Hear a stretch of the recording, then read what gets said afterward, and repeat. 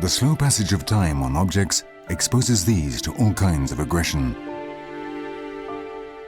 External agents and human activity act on them, damaging them, wearing them out, rusting them, rotting them. Water, fire, insects, and microorganisms are together with man their fiercest enemies. What makes man different from the other forces is that they are the only ones who can stop or hold back the process which, without their intervention, would be irreversible. Scientific interest in art conservation has developed over the last century based on science and technology. The main criterion is that nothing that is external or foreign to the piece should be added. In those cases where it is essential to transgress this general principle, two requirements should be rigorously met.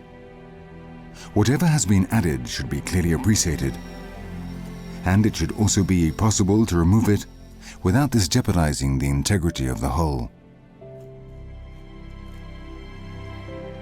Moreover, in many cases, it is necessary for the piece of work to recover its function and arrangement. These requirements are the result of the experience accumulated by curators who have learnt that a piece of work is never definitively restored. Technical advances occur very quickly, and respect for what could be done in the future makes restorers work cautiously so that their current intervention does not obstruct future restorations.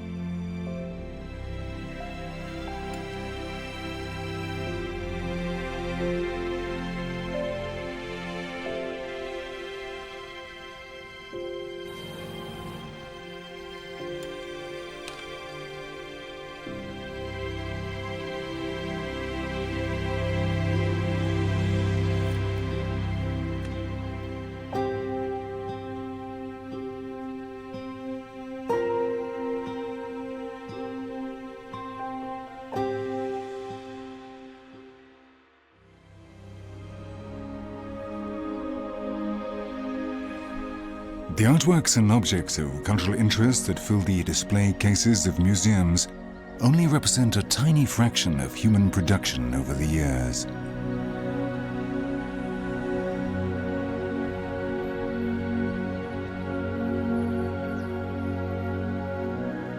They are not even representative of the total quantity of artworks that have been preserved up until our time.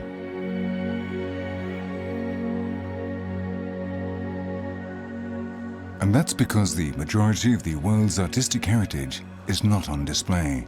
It is stored in security facilities, treasured for its commercial value, which does not always coincide with its value as an artwork. Safes, reinforced vaults and underground stores, protected against fire, flooding and earthquakes, hide thousands and thousands of pieces that were, at some moment, made for collective use and enjoyment. Thousands of treasures hidden from the light of day, which nonetheless need to be preserved.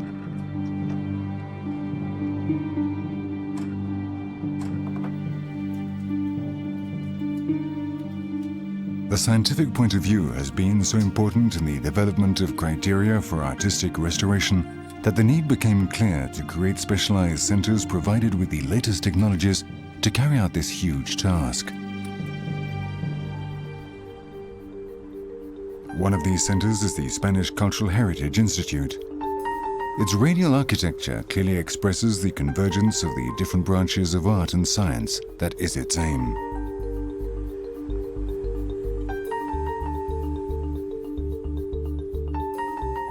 The work carried out here is done based on the exchange of information among the different disciplines, a permanent dialogue between analysts and technicians by which in the end culture and art are strengthened.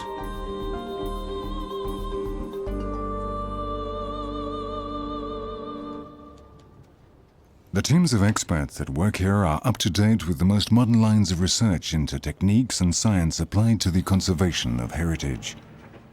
I think that's an interesting thing. This one piece will make 52 layers. Watch on mobile devices or the big screen, all for free. No subscription required.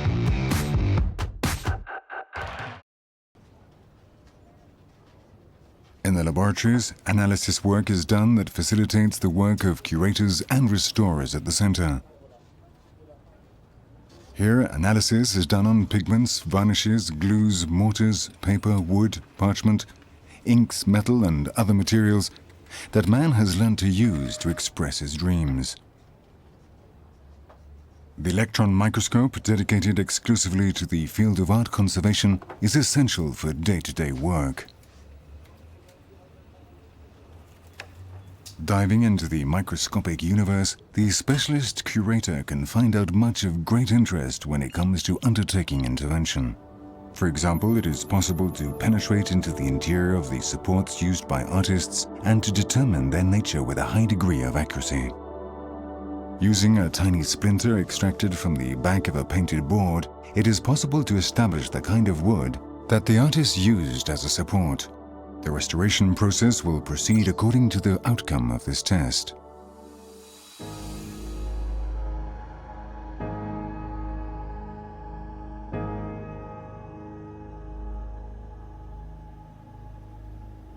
The center's documentation records are very important. A highly specialized library on artistic and technical matters allows information to be obtained beforehand for each project. A great many specialized books and journals are kept here.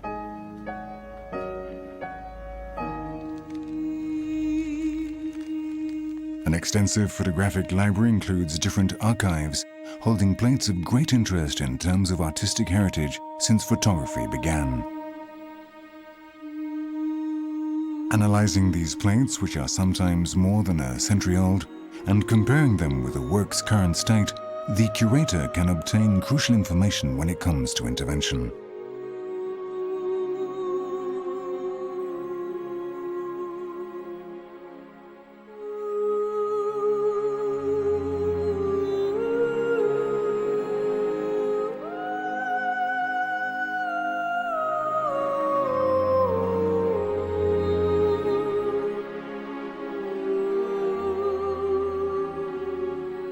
Faced with the challenge of deteriorating artworks, the curator can tackle conservation and restoration treatment in different ways.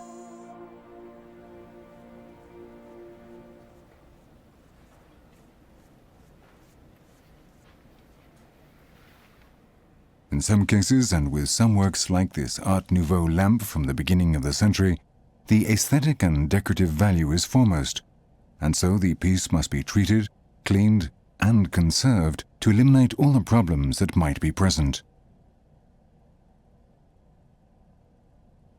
In other cases, pieces may have a religious or cultural value, such as this terracotta, which comes from Ibiza, and which symbolizes a Punic tanier. This piece must be treated according to certain scientific and technical criteria, and the aim is to prepare it for exhibition and display.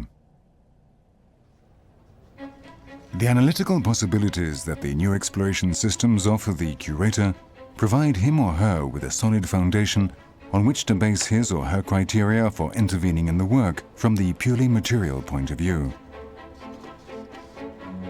Once the greatest possible amount of specific data about its material condition has been extracted from the piece, it is then analyzed as a human work. This means investigating the historical and personal circumstances of its creation with the aim of achieving an in-depth understanding of the object's essence. Then the conservator turns to technology for the intervention, paying attention to the general maxims of restoration, but never forgetting that each piece is different to others, and this requires individual treatment.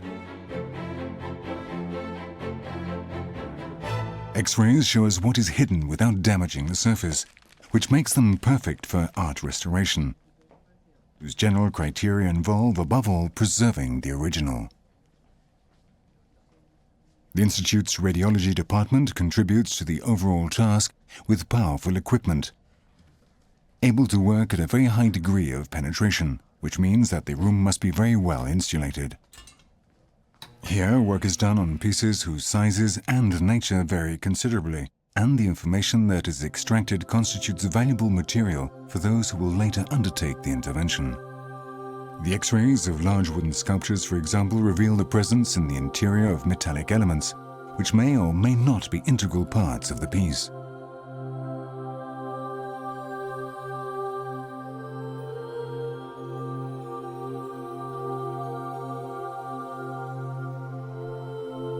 On other occasions, what the X-rays show underneath the visible paint layer are not corrections or changes, but complete works which, due to the extreme poverty of the artists, were reused as supports for new paintings.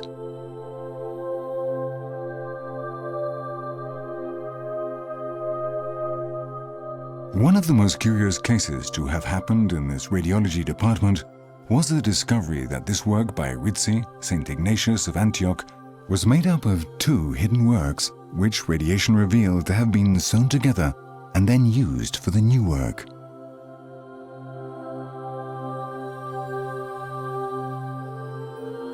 Spectral images that overlap, art that exists and which at the same time does not. X-rays are also used with extraordinary results to examine the contents of very ancient documents written on metallic supports that have become very corroded. This is the case with this bronze plaque, the support for a document that could be essential for further knowledge of the ancient Iberian language.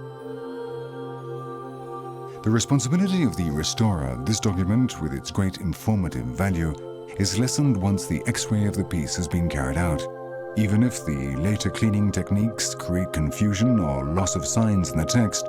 This is nonetheless preserved by the X-ray. Its words will be preserved for history.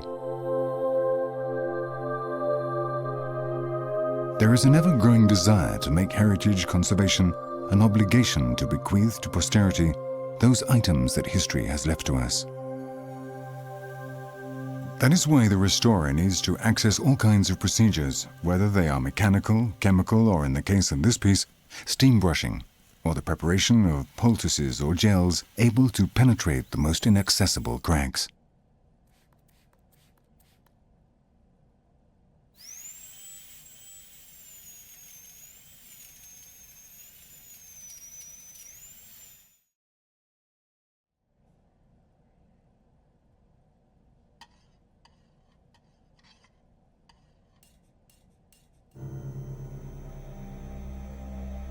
Aware of the appearance of new techniques that can be applied to their work, restorers carry out cleaning using everything from lasers, able to discriminate between colors, to ultrasonic devices adapted from those used by dentists for dental cleaning.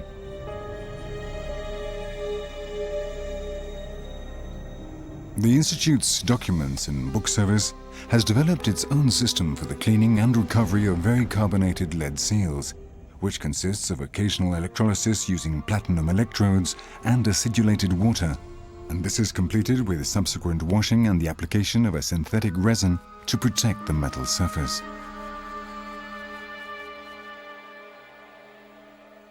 So the seals remain linked to the documents, forming a protected whole that allows them to be consulted by scholars.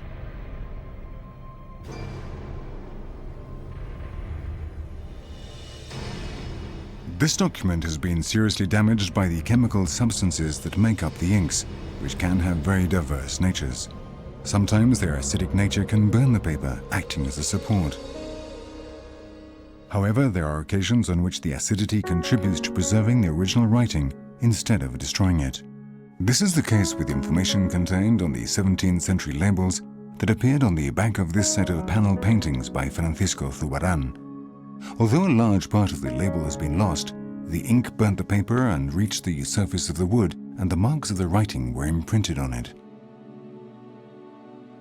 On the side entrance doors of the sacrarium, he painted two angels in life-size, with censers in their hands, and in the corridor leading to the tidy part of the sacrarium, paintings of some clerics of this order can be seen, in life-size, which are admirably carried out, and very natural-looking, with realistic expressions and excellent chiaroscuro. This is how an 18th century traveler describes these paintings, which made up part of the ensemble in the Casusian monastery of Jerez de la Frontera, until they were taken from where they hung and transferred to the Cádiz Museum. There is a mystery behind these works. They were designed as an ordered set, and nobody took the trouble at the time to write down the arrangement. Now, thanks to the labels that have appeared on their backs, it has finally been possible to determine the arrangement, and they can be correctly displayed. This fulfills another of the maxims of restoration. What has been conceived as a whole should be restored as such. The artistic importance of the Zurbarán ensemble has meant that restoration has been tackled in a particularly detailed and systematic manner. Contemporary critics wholeheartedly agree with the opinion of the traveller, and they consider these works to be highly representative of the artist's expressive mature period. Zurbarán was 40 when he completed them, and was at a crucial point in his career.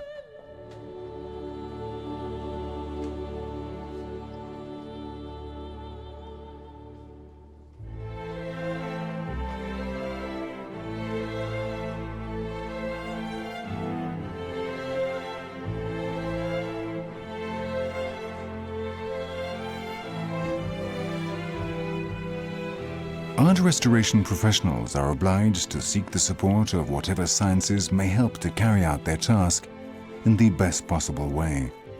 They must make decisions with full knowledge of what they are doing in order to avoid irreparable errors.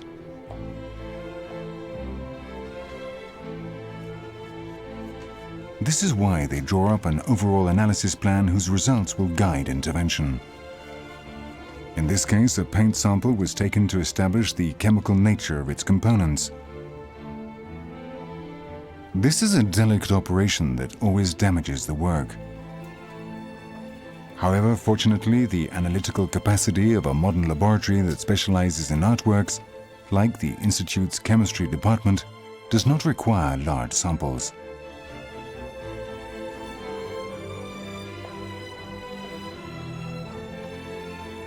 The operations that are carried out with the sample are no less delicate than its extraction. What is sought is to identify the nature of the different strata that make up the paint layer, and so it must be looked at side on. In order to make it possible to handle, the analyst puts it in a block of synthetic resin that will then be reduced to the point where the sample can be accessed.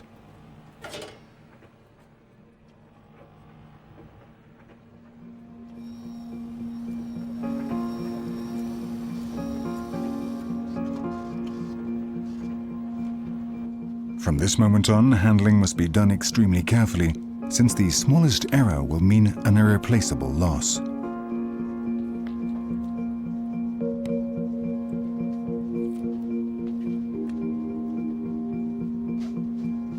For those who know how to look, the stratigraphic cutting of a layer of paint contains precious information about varnishes, pigments, primers, and preparations. Magnified enough times, the samples reveal important data about the artist's way of working and preferences, and also about the successive versions that the work experienced over time.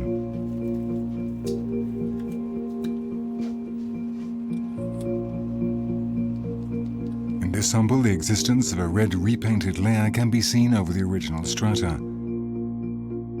This is a valuable piece of information that, once known to the curator, helps to make decisions.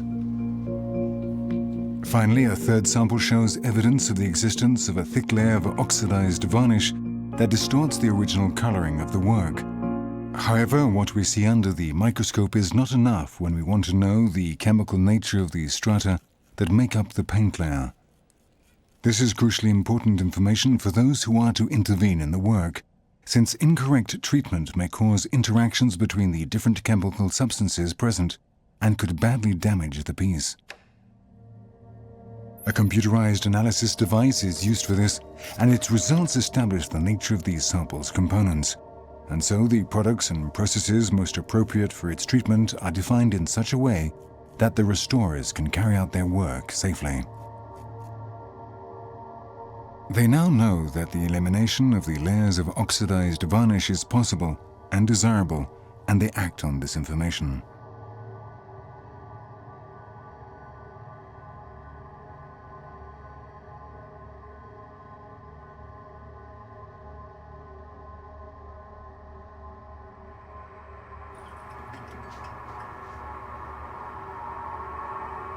The aid of X-rays is essential for an in-depth analysis of the works.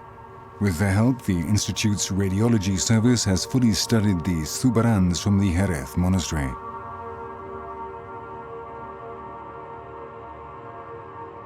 By penetrating the successive layers of the paintings, a new universe of information about the creative process is revealed.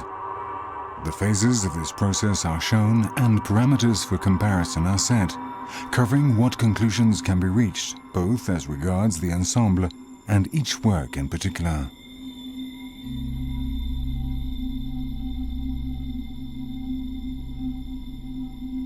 It is too often forgotten that the paintings are not always works by a single artist. Many great master painters had workshops of helpers who took responsibility for the most routine and laborious tasks. Later on, the master intervened in order to complete or correct the work. Many of these interventions can be detected today with great accuracy thanks to radiology.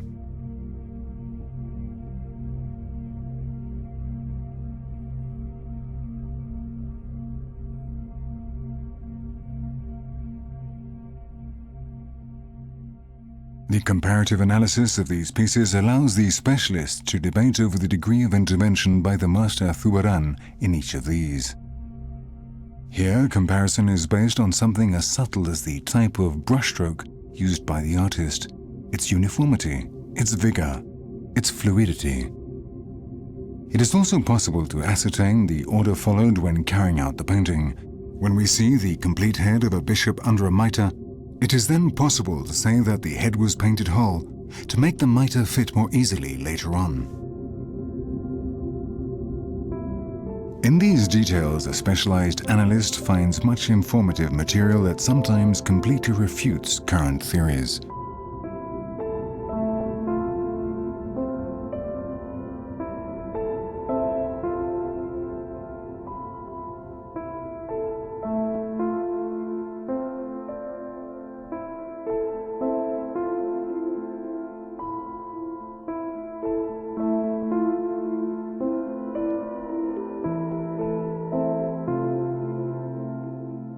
The artistic restorer also has available an exploration procedure that is similar to X-rays, although with the added advantage that safety measures are not needed to use it.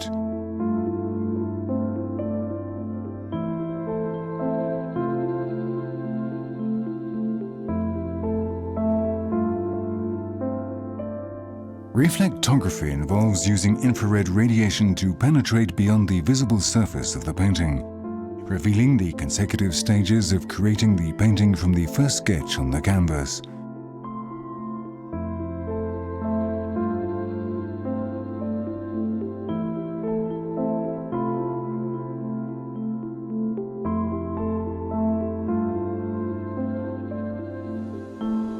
The information taken by curators with these explorations can be crucial for their work.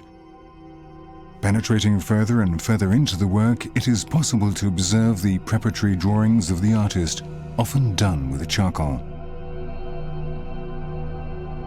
These lines show the initial idea, the one that the painter had about his work before starting it. These are embryonic marks which would later be followed to a greater or lesser extent by the artist in the creative process that followed.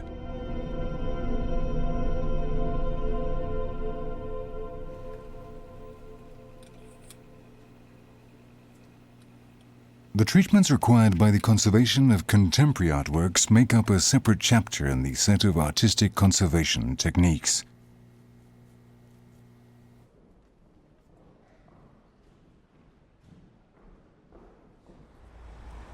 The institutions that specialize in this kind of works, like Madrid's Reina Sofia Museum, are obliged to respond dynamically to the demands that arise with the deterioration of very different materials that are all too often ephemeral.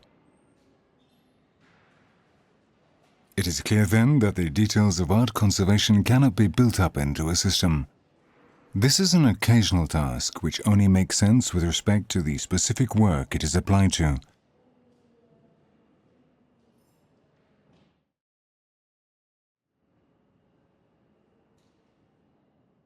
It is neither a science nor a craft, but the result of a chain of considerations, the first of which is to respect the artistic object as the result of the artist's intention.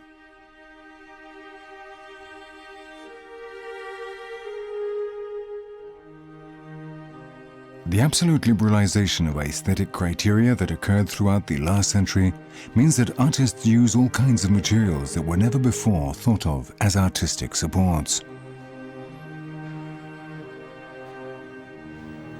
There is no limit that has not been transgressed. Back then, nobody thought that time would also act on those inflammatory and daring works, but time has passed.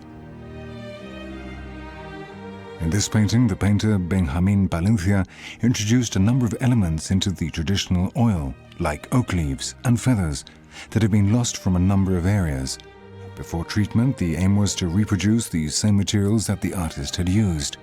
This was done with a series of samples that were aged in a laboratory chamber, and then a number of adhesives were tested out to see which was best before being applied. The conservation workshops of the Reina Sofia Museum have the necessary resources to meet different challenges. The works restored here are some of the most important in contemporary art.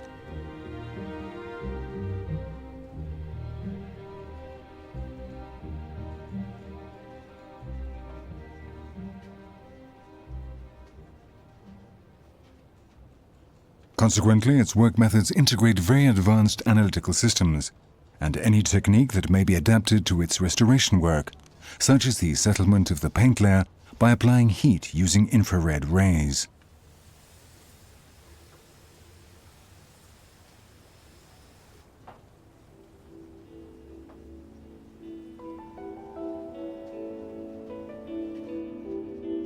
As for the workshop, the most modern techniques rub shoulders with other more traditional ones in accordance with the needs of each piece, since, once again, general rules must submit to the peculiarities of each piece of work.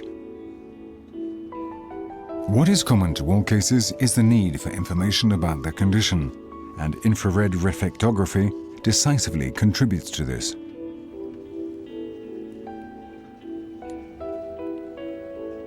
The working methods followed in the study of contemporary art are basically similar to those followed in the study of works from previous periods. However, it is necessary to bear in mind the unique nature of the work that is to be analyzed, and specifically the different materials used.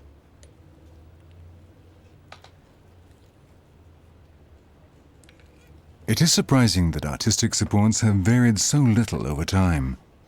Although they used very different chemical substances, both Picasso and Dürer used canvas backings and oil paint to create their works. Likewise, both Dürer's and Picasso's works can be analyzed using the stratigraphic technique.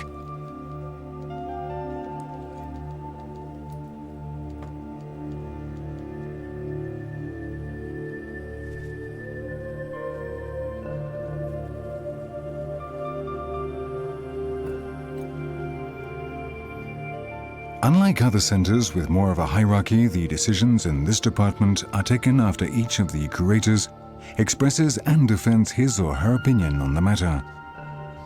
These are often decisions on very specific matters. For example, this is the case with this mobile by Ángel Ferran called Mujer Hacendosa, with the members of the team debating over the suitability of replacing the hemp cord that joins the pieces with another one of similar characteristics, or the alternative of strengthening and consolidating the original cord.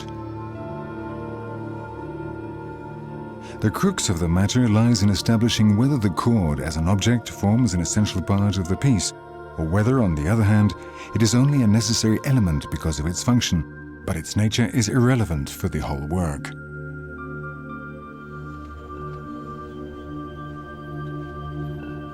This Miro sculpture of cast bronze with welded iron bars was subjected to study for packaging since it was requested for an exhibition to stop it suffering damage, as has happened here with this small deformation.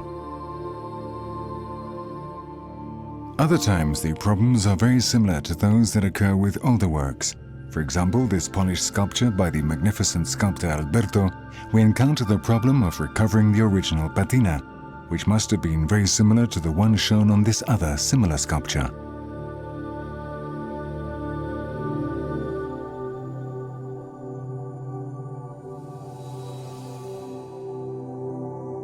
Curators of contemporary art often have the privilege to receive the best possible advice for the restoration of works, that given by the artists themselves, who in many cases are still alive and working.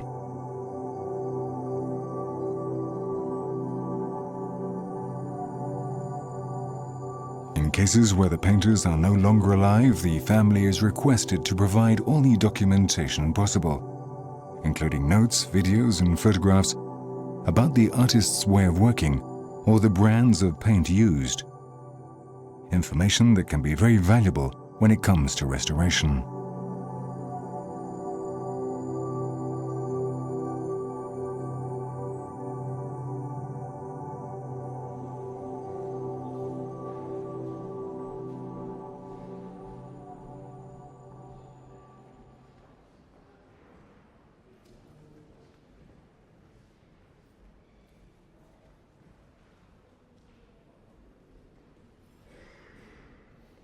The artist's responses to the restoration of their works is very different in each case.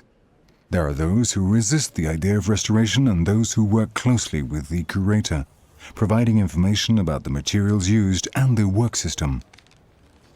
This information is filed, and it will be very useful for future interventions in that artist's works. Many of the works in the Reina Sofia Museum's collection are drawings and paintings on paper.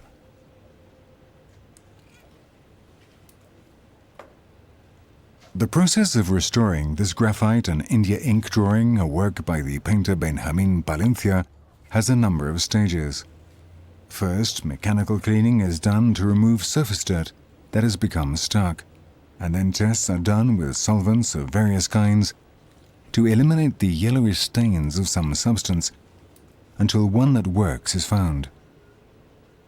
After studying the specific conditions of the work, cleaning is carried out, if necessary following a laborious method that consists of the occasional application of minimal quantities of solvent, using glass capillary tubes, or if not, the art object is worked on under a special hood that lasts until cleaning is complete.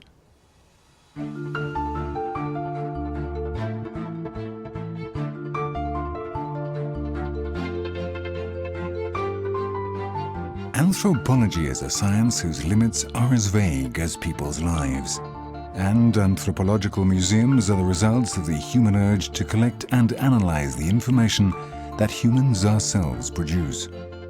Here there are objects that were familiar to our parents, to our grandparents, worn utensils polished by contact with human skin, instruments that let us escape from cold, hunger, loneliness, tools that helped us make life more comfortable, companions on our species' long voyage through time, survivals. Without a rigorous order, an anthropology museum's stores would come to look like a giant auction house because of the great variety of its collections. These museums house objects from material life, together with another series of things that were collected: sound recordings, ethnographic documentation that shows us forms of everyday life, and their development since the arrival of photography.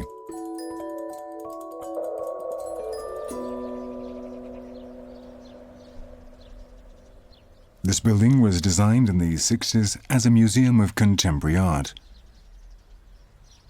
Those were economic boom times for Spain, and the building, which was planned and constructed in those years, was given the best of everything, as the magnitude and the complexity of these technical facilities show. Like the system to keep the building at specific levels of humidity and temperature, a system that was impressive for the period.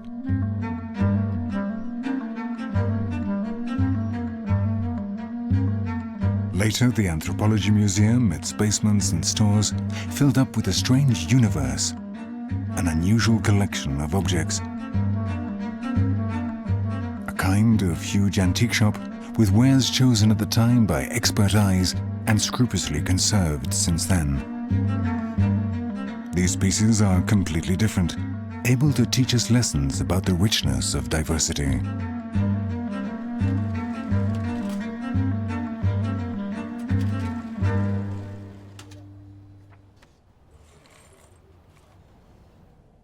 For a long time, the museum's cupboards stored collections of clothing and garments from very different social levels, places, and periods.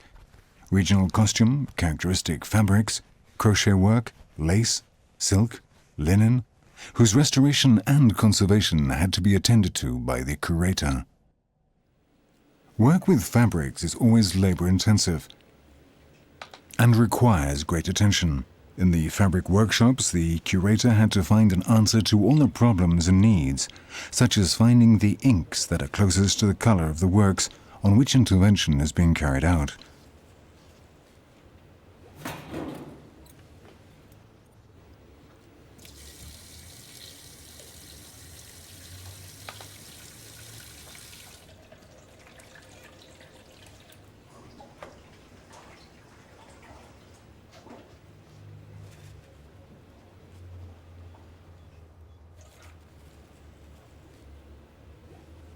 Washing, which requires particular attention to the fabric or the poor stability of the fabric's inks.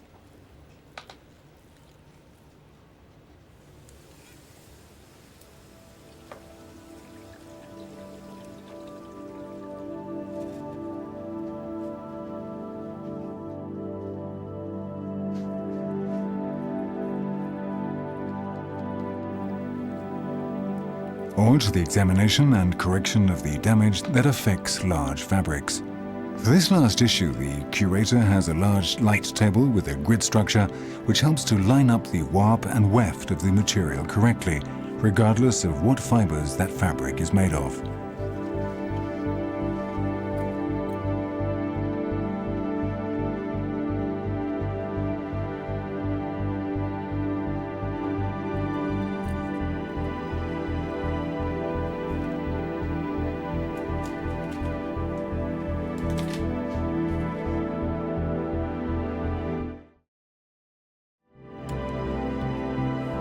Fashions change, and this fact concerns not only clothing, but bodies too.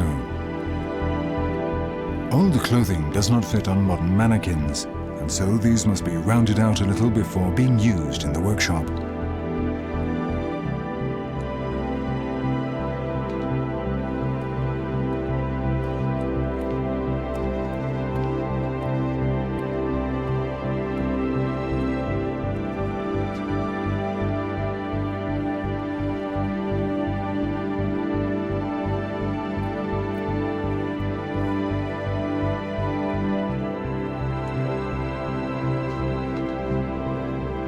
There is also much anthropological heritage made of leather, and this has a very important role in the workshops.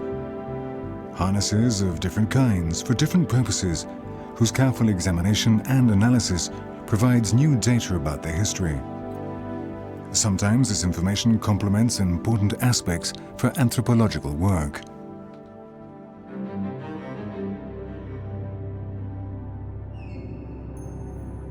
The museum has another kind of piece that is not normally found displayed in a museum.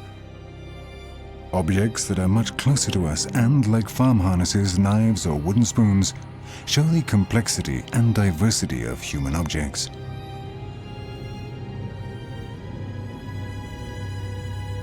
It seems as if time has acted on these objects faster than it should have, or as if it had done so on us.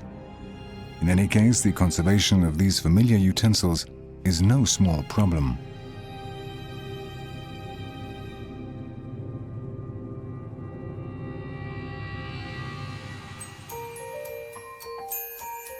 Anthropology museums are good places to remember our childhood, or even better, the childhoods of different generations. A collection of toys able to delight young and old. Toys as innocent as the children who used them. Toys from other times when everything was different, but those in which a new form of entertainment was beginning to be seen. One that was going to change the way of seeing the world.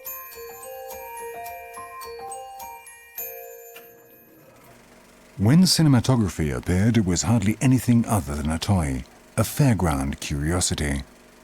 But the expressive imagination and ambition of its pioneers soon set it on the road to being a new art form based on light and movement.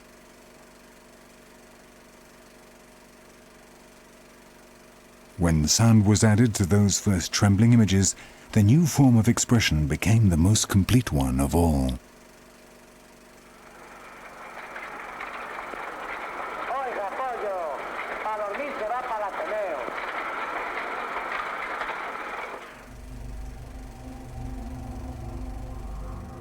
More than a century has passed since then, and cinema has produced hundreds of thousands of works.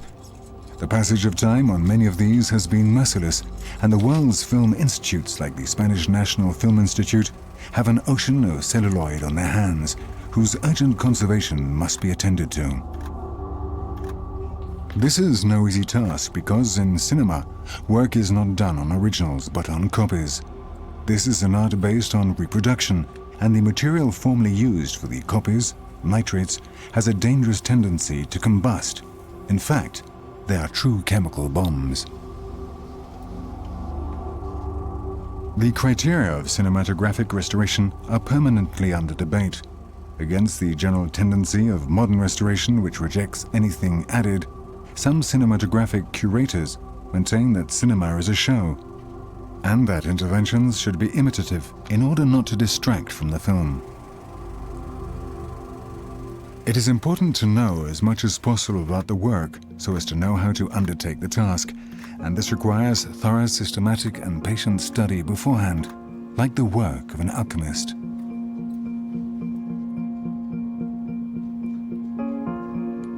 Sometimes an old film can be subject to study for more than 3 years before a single still is taken. It can be the case that there are various versions, which are quite unalike, for showing in different countries. It is common for years to pass before all the materials can be brought together, and finally the work of reconstruction from the original negative can get underway. In the sphere of cinematographic restoration, there are few who have contributed as much as Spanish director Juan Mariné. With hundreds of kilometers of recorded film to his name, he has spent many years attempting to perfect and conserve the art of celluloid at the Spanish National Film Institute. More than a restorer, Mariné has always been a keen researcher into new mechanisms and processes for the treatment of photographic material. An innovative imagination able to insist again and again on his ideas until they are carried out.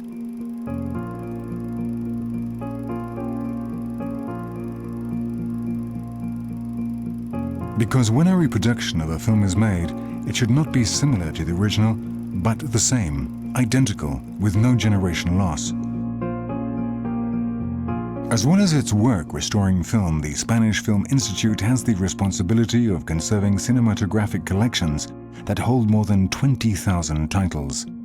This requires an enormous effort from the point of view of storage and of cataloging all the rolls of film.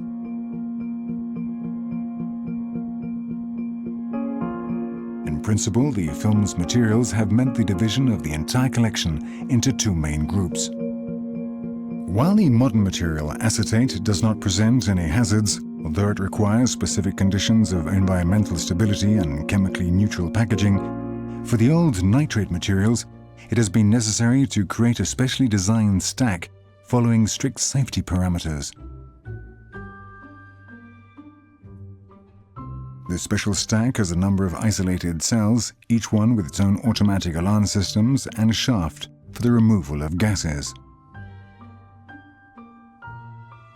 The cells are kept at a constant temperature of 6 degrees centigrade and a relative humidity of 50%.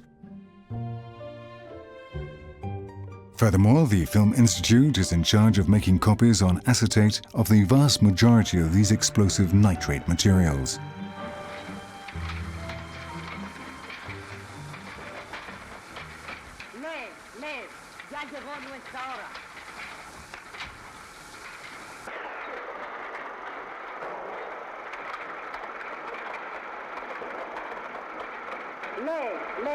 Ya llegó nuestra hora.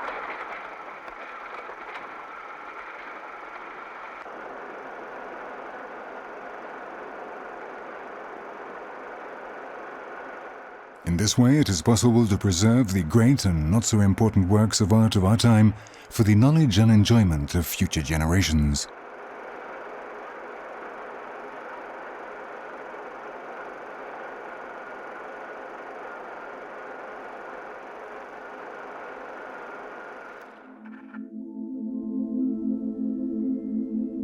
The creation and organization of an important new museum is a unique occasion for a global view of the many things that the art curator must consider. The Thyssen-Bornemisza Museum is one of the great institutions of this kind, a pioneer in its day. Its extraordinary collection includes works from all periods and places, of all styles and all genres. It is a result of many years of selected acquisition in the international art market.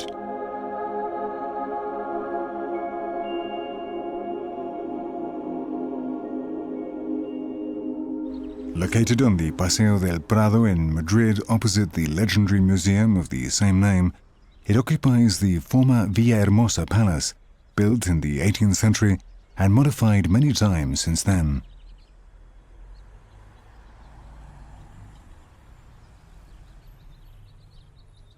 The Thyssen-Bornemisza Museum's air conditioning is designed to hold the temperature at between 20 and 23 degrees centigrade, with a tolerance of more or less a degree, and a relative humidity of around 55%, with a tolerance of around 5%.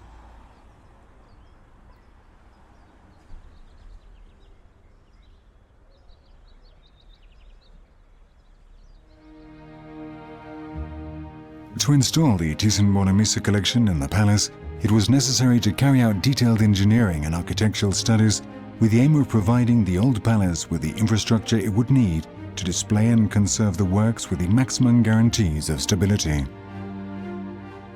The difference between the concepts of restoration and conservation is made clear here. Restoration is necessary for objects whose material existence is endangered due to the action of external agents over time. Conservation, on the other hand, focuses on achieving the best conditions possible for the artwork in such a way as the passage of time will never endanger the piece's integrity. Restoration means intervention, while conservation can be understood as constant vigilance.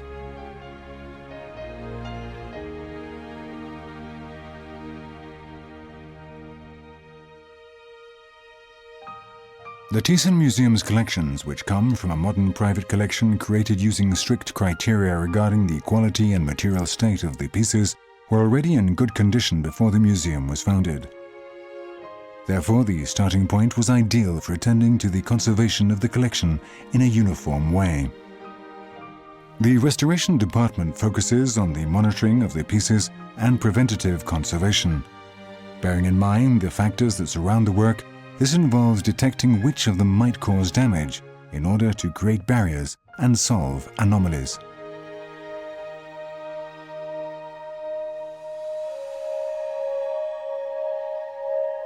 Due to the quality and variety of its collection, the museum receives many requests for displaying some of its pieces at large international exhibitions of the most varied kinds. In these cases, the conditions demanded by the center in terms of the transport and security of its pieces are necessarily very strict. Special reinforced, watertight and fireproof packaging is made for each object, and the atmosphere within it is the same as the one in which the work is normally displayed. This packaging includes a number of sensors that allow the conditions inside to be known at all times, so that a situation endangering the work will be detected as soon as it arises.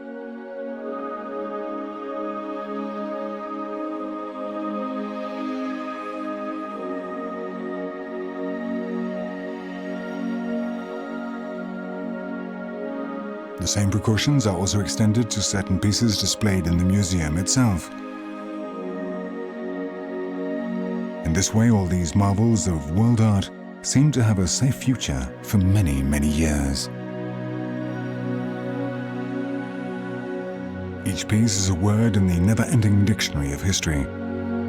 And our commitment to these words is found rooted within the human condition. It is not a minor activity. It is the only path that we as a species have been given to fight against the untiring passage of time towards death and forgetfulness. The slow passage of time on objects exposes these to all kinds of aggression. External agents and human activity act on them, damaging them, wearing them out, rusting them, rotting them. Water, fire, insects, and microorganisms are together with man their fiercest enemies. What makes man different from the other forces is that they are the only ones who can stop or hold back the process which, without their intervention, would be irreversible. Scientific interest in art conservation has developed over the last century based on science and technology.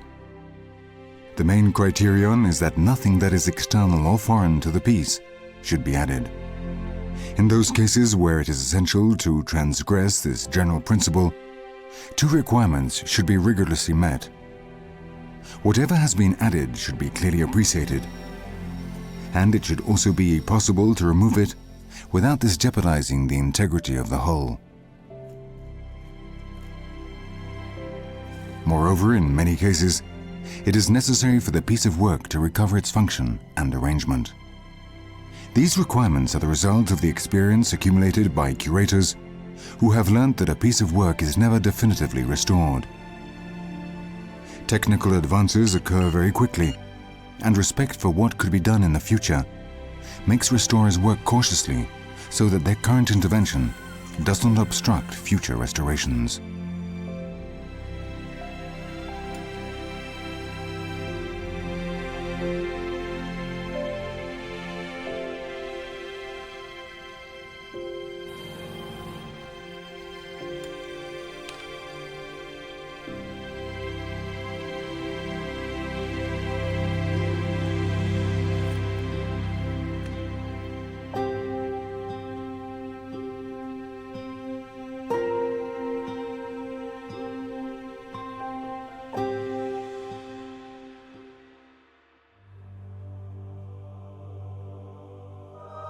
All religions are the source of artistic manifestations. Gods and demons of all classes have arisen and been forgotten over the course of time, and been represented in aspects that are sometimes terrible and sometimes beautiful. In these artistic manifestations, humans have made use of the most varied elements. Symbols that come down through the centuries and which are repeated in places far from each other in time and space. Abstract forms such as this mysterious Polynesian funerary piece whose ultimate meaning is unknown, or this oriental idol that represents the god Atis. The relationship of man with the divine has been the origin of all kinds of objects, structures, arrangements, and monuments. Coincidences that are often surprising take place when cult symbols are compared. The pre-Columbian indigenous Quimbaya, who cast these pieces of gold, put a scepter topped by a spiral in the hand of their great priest. This piece is greatly reminiscent of those carried by those other great priests, the Catholic bishops, completely unknown to the Quimbaya.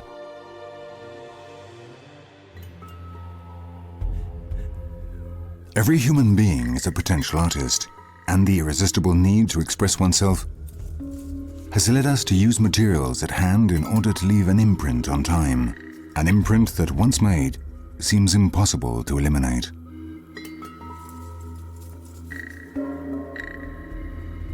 The materials are those provided by nature in every period and place.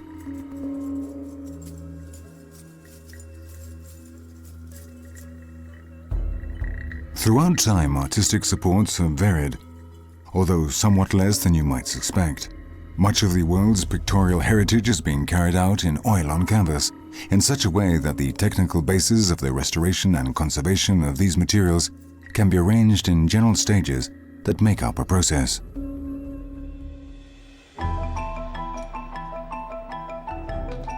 This piece is being worked on at the Spanish Cultural Heritage Institute. The curator must obtain greater knowledge about the piece's nature before tackling the first stage of work. laying down the pictorial surface in those areas where it is at risk of being lost.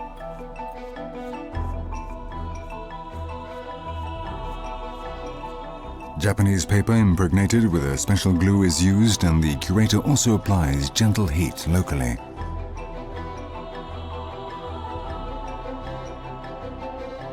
With the pictorial layer laid down, a deep cleaning process is carried out.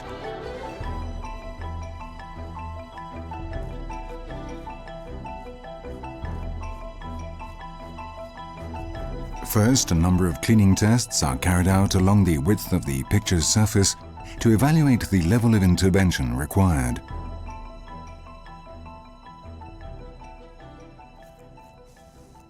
The removal of possible repaints or the loss of pictorial material itself may give rise to a number of lacunas, which the restorer eliminates by means of a careful coating using plaster mixed with glue.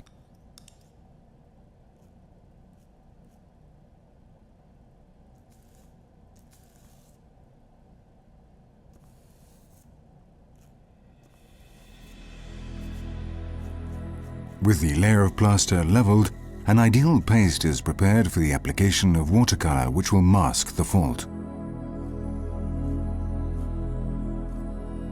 In this way, a deliberate optical confusion is produced by the application of hatching and stippling techniques.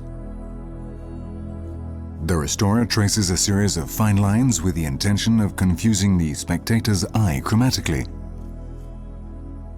From a distance, intervention will not be perceived, although, like the stippling, it is quite clear when the picture is observed from close up.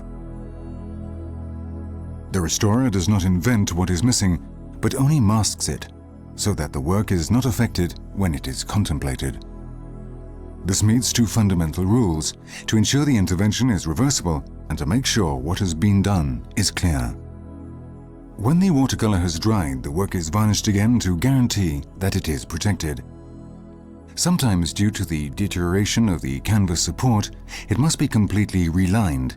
It is necessary to know first where the work is to be hung after restoration, since it is crucial to know the dampness or dryness conditions of the hall when choosing materials and the tension of the new lining.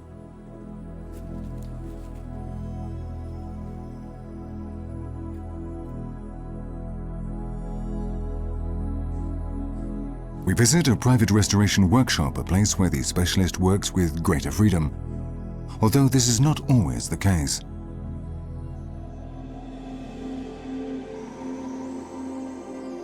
The type of intervention is the same as that carried out when dealing with a work belonging to an institution.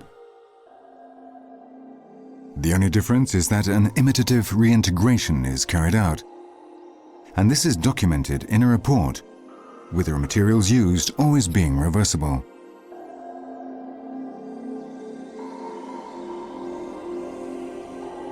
The guarantee that the work meets the general rules of artistic conservation is nothing other than the restorer's professional conscience.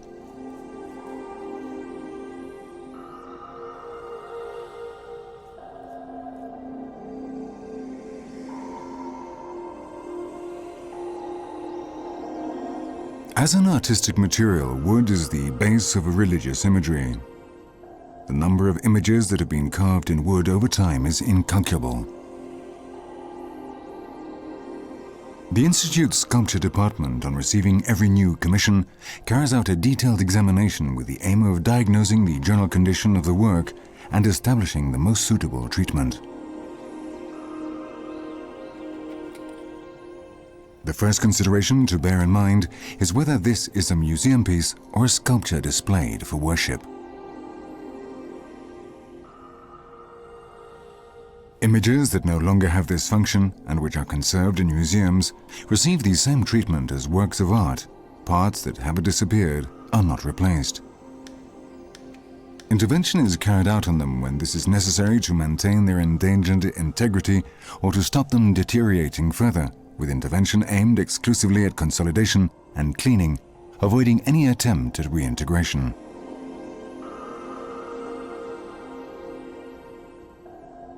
On the other hand, images for worship must be complete, and so the restorer feels free to imitate and to add any missing parts or any which are damaged, with the condition that the interventions are reversible.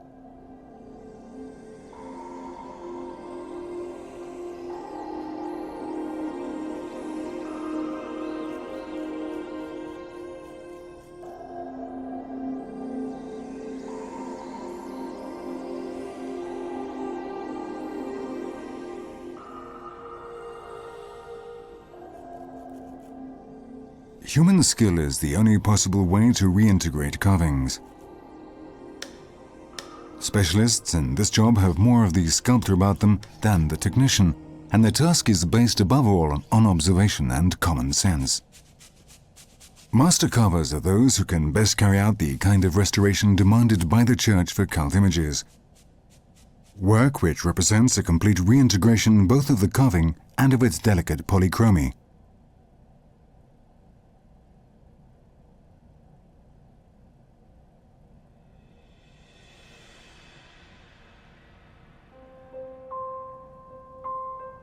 Stone has traditionally been one of the materials most used by man in his struggle against oblivion. From granite to alabaster, from limestone to basalt, sculptors have filled the world with their works. This Renaissance piece, which represents Peter of Castile in prayer, is being restored in the same room of the National Archaeological Museum in Madrid, where it is displayed to the public.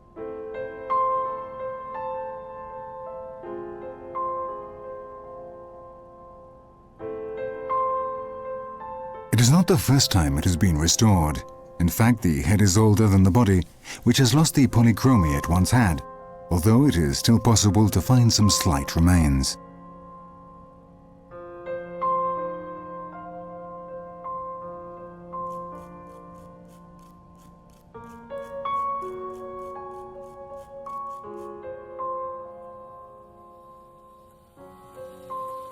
The work is cleaned and a reintegration process is carried out with synthetic resin, this being done in a way that is similar to hatching in pictorial restoration. The reintegration must be visible from close up, but must not be appreciable when the whole is viewed.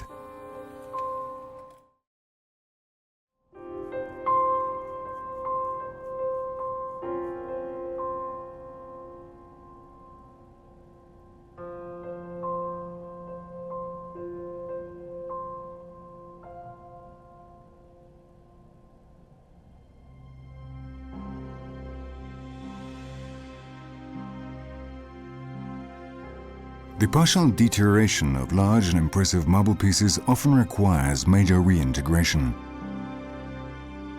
In these cases, the intention is to reconstruct the volume to recover the sensation of the whole and to facilitate display. The reintegrated parts are easily detected.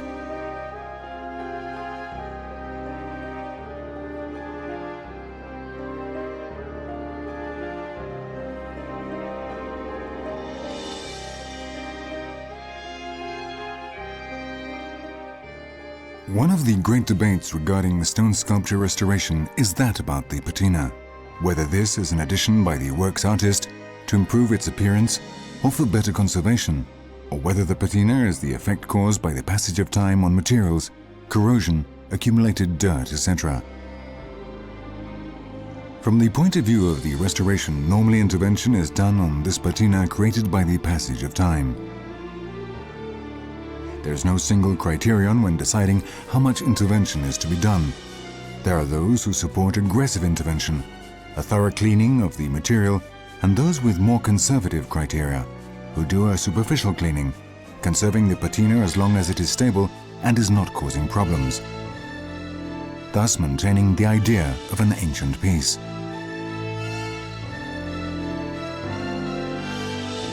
The restorer decides in each case, with the help of advice, on the depth of application of each of the cleaning treatments.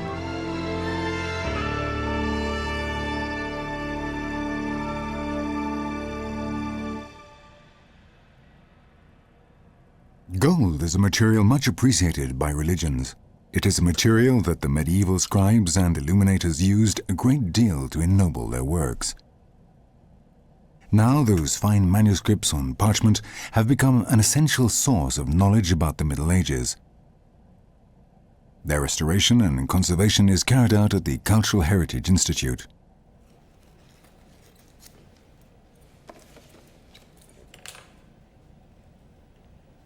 Parchment, which is calfskin that has been cleaned, scraped and stretched, is an extraordinarily durable material. Although it is also very sensitive to variations in humidity, it was used for centuries before paper was manufactured and became popular. Beautiful works have been painted on it, such as the Missale Hispalensis from the 14th and 15th centuries in 4 volumes, which is being restored at the Institute. This work was created by hands that carried out this delicate work of shape and color, by hands that skillfully added gold to its decoration, but also suffered from more covetous hands, who mutilated it to sell separately many of its little treasures, such as its beautiful capital letters. In fact, as with many other works, it has been a victim of its own beauty.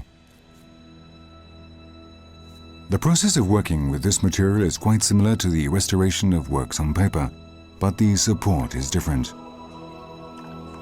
Animal skin has very different characteristics to the conglomerate of vegetable fibers that is paper. Therefore, the different stages of restoring parchment demand hard work and manual skill from the specialists.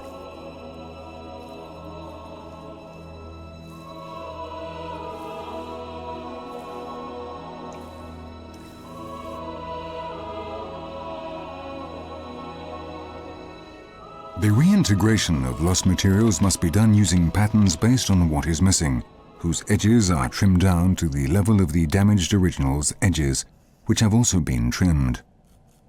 The final aim is to recover the book's function, re-establishing its original structure.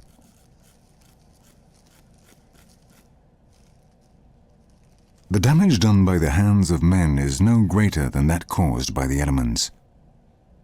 Fire has caused havoc with this wonderful miniature leaf with scenes of the Passion that is part of a 16th century choir book.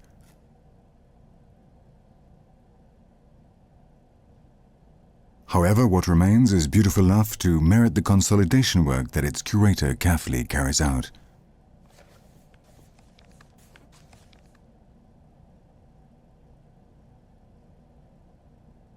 Institutional documents from other centuries were attached to seals made from different materials: gold, silver, lead. These seals now have great historical value and are subject to restoration work.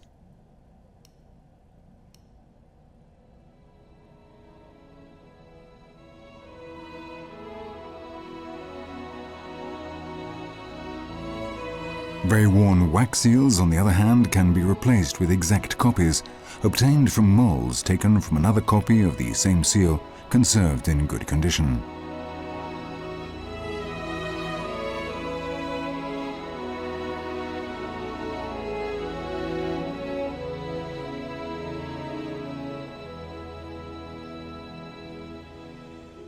This shapeless and almost unidentifiable mass is a valuable manuscript that was rescued from a barricade during the Spanish Civil War, after having suffered all kinds of brutal attacks.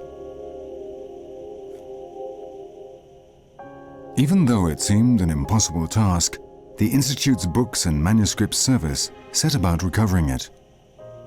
Of course, there was no way of replacing the lost parts, but at least the piece can be given back its good condition, and the conserved parts can be stabilized.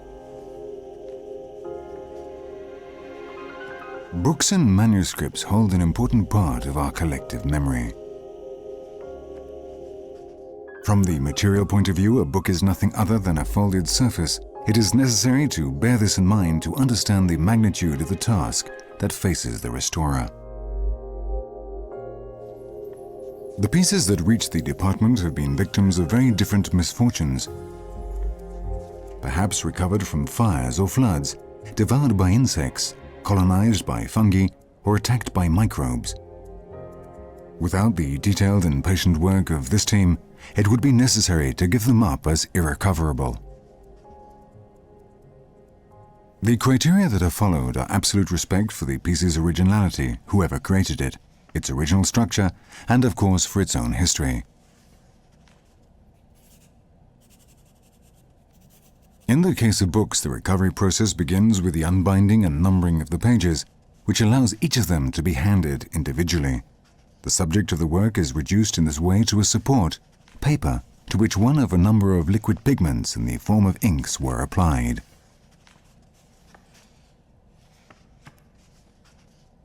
The restorer's first consideration, then, is the conservation level of each of these two components and the interaction that the passage of time has produced between them. The The stability of the inks determines whether the documents can be washed or whether dry treatment is necessary. In the first case, they are washed and dried before the second stage of the process occurs, the mechanical reintegration of the paper when it has suffered losses due to the action of external agents. It is necessary firstly to determine the characteristics of the paper to be used to fill in the losses in the original. Faithful to the criterion of making the restoration evident, the idea is to replace them with a material that is not identical, but nonetheless similar. First, a paste of paper pulp with similar characteristics to the original is made, and then mixed in the right proportion with already pigmented papers until the exact tone is achieved.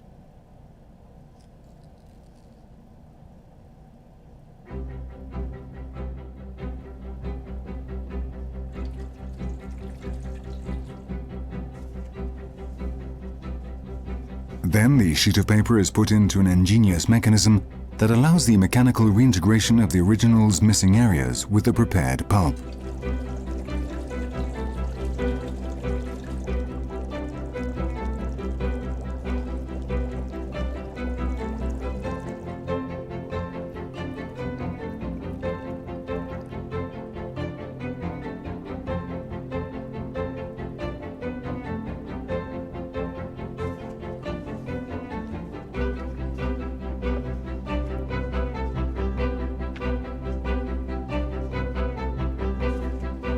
When each and every one of the pages that make up the book have been treated in this way, sometimes a special laminate is added to increase the strength of the ensemble, and the leaves are put together and rebound, giving the book back its functional nature.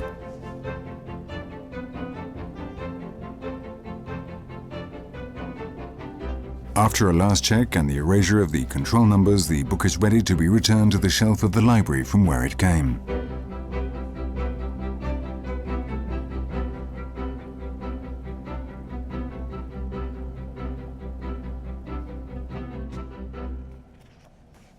The Institute sometimes receives unusual materials, such as this anatomy textbook drawn by the Nobel laureate in medicine, Santiago Ramón y Cajal, for the classes that he gave at Zaragoza University.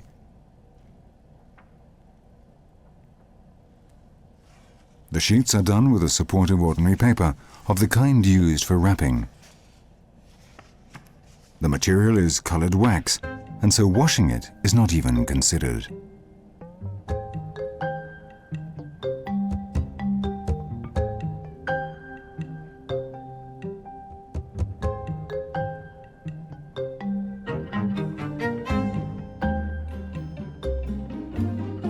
Coincidence allows us to observe an unusual image.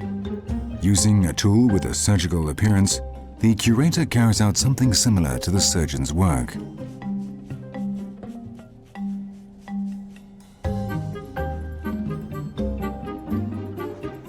However, what he does is to separate a fragment of the sheet in order to restructure the back, removing the old pastes that caused wrinkles and tension, stopping the piece from relaxing.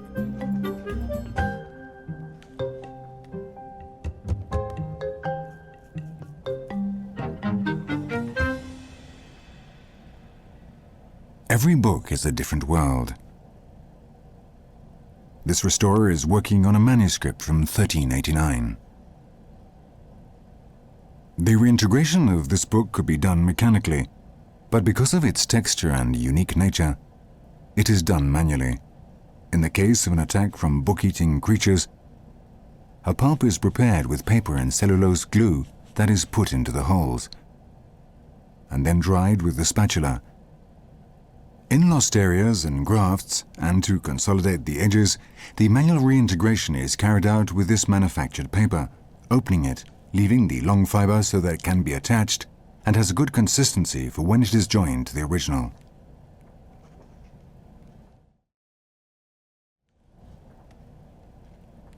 However, the greatest peculiarity about this book is its content. This is a non-holograph manuscript of the Book of Good Love, written by Juan Ruiz, Archpriest of Ita. The restorer holds one of the greatest monuments of Spanish medieval literature.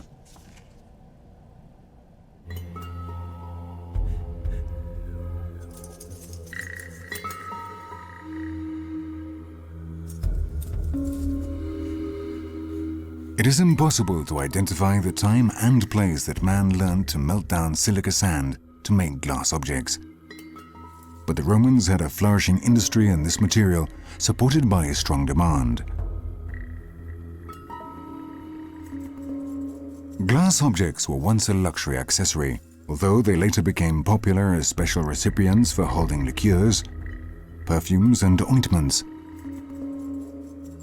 The fantasy of craftsmen had found in the plastic mass of melted sand a new vehicle for their works. Archaeological glass raises a series of specific problems for the curator. The surface of the object sometimes presents a kind of exfoliation in the form of iridescent scales, about whose removal there are opposing views. In the restoration workshops of the National Archaeological Museum in Madrid, these scales are removed as long as the general condition of the piece allows this. In this way, the idea is to recover its transparency. It seems impossible that these delicate bottles and containers have stayed intact for 2 millennia. But we should not forget that glass is a very hard material. Its passive resistance to time is great because it is a material that does not combine with other elements in nature.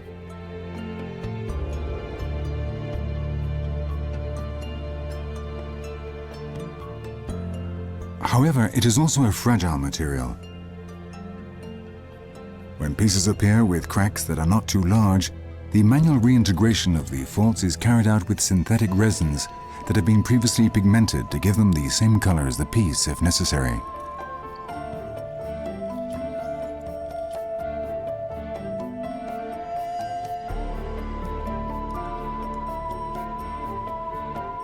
The integration is carried out using a wax mold as a base, and this is then given the finishing touch.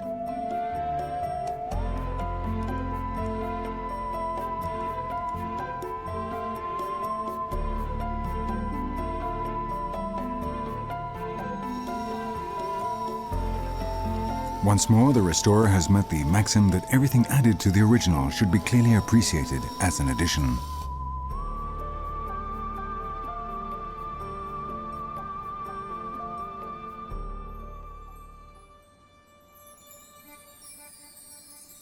The first synthetic resins used were less stable than current ones. The reintegrated parts on this piece restored years ago have shrunk, endangering its integrity. It is a lesson about the degree of trust that should be put in new materials before testing their response to the passage of time.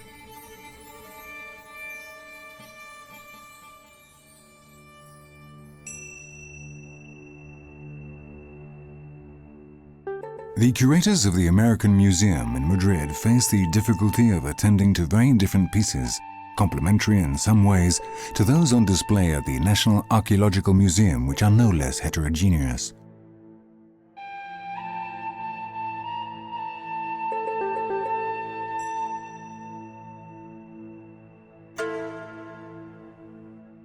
Both worlds are found in this difference. Both used clay to make different volumes, often guided by the same needs of usefulness and beauty.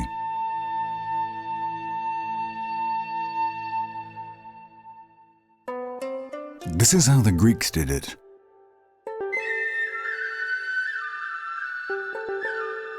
And the indigenous Peruvians from the mochi culture. They did it this way.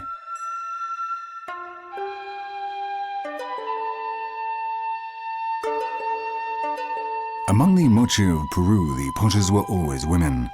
They only had the sacred task of modeling these funerary containers that had been found in graves, or huacas. As happens with many aspects of the indigenous art, the religious or mythological bases of these pieces are unknown. It is not clear even whether those representing human heads are reliable portraits of the deceased. There are reasons to think the opposite if we bear in mind that some of them are identical.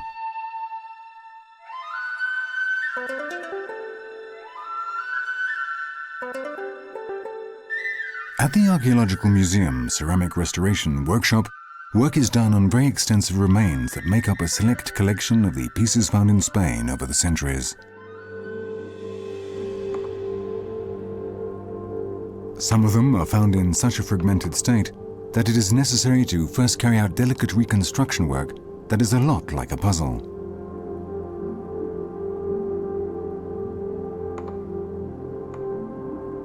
With the fragments in place, they are joined, forming ever larger sections.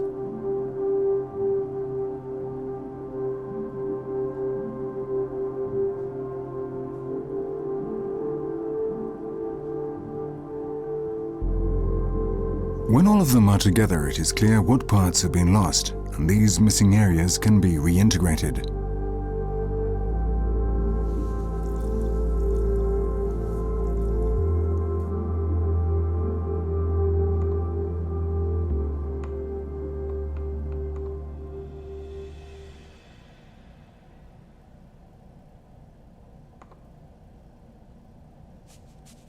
Then the pieces to be added are polished and covered with a layer of color similar to that of the work, but maintaining a clear difference that identifies the restoration.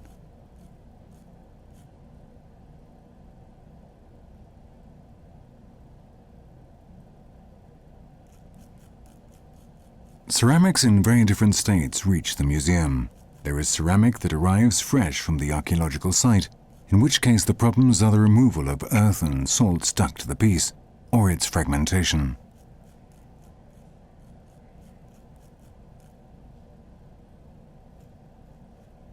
The mineral salts, which can sometimes completely cover the original decoration, must be identified using reagents before they are removed.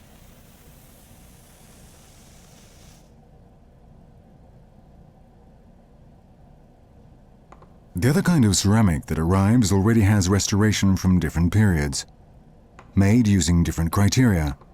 Simple restorations using simple glues that fit within the current lines of the restoration, and very complete phases of reintegration that even cover the original piece in order to pretend that it has never been in a fragmented state, because sometimes the integrity of the piece was prized more than the piece's value.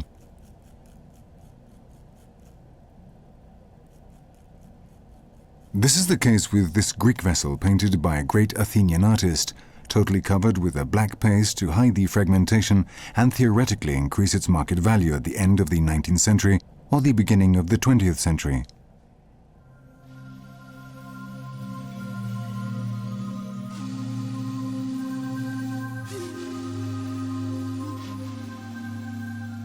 Clay was one of the first materials used by humans to meet their needs and to express their beliefs.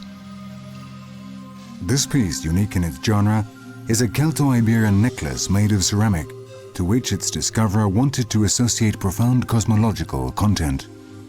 According to him, it was a kind of representation of the world.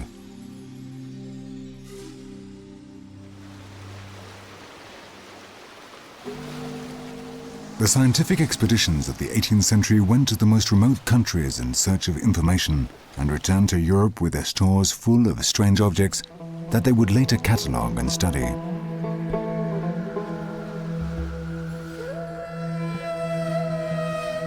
These were objects that arrived from lands whose cultures were unknown and which, without any context, would be as difficult to interpret as if they came from another planet.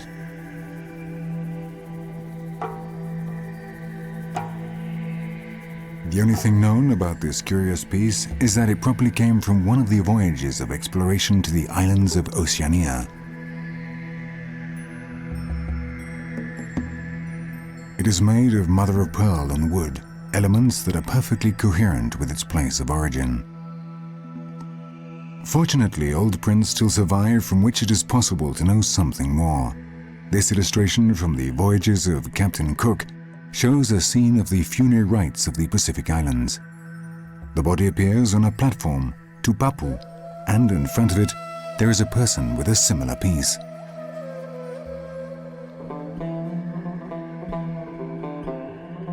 Therefore, as has happened on so many other occasions, the object has survived beyond what it was made for. And now we have the symbol, but we do not know the most important thing, the meaning it had for those who used it.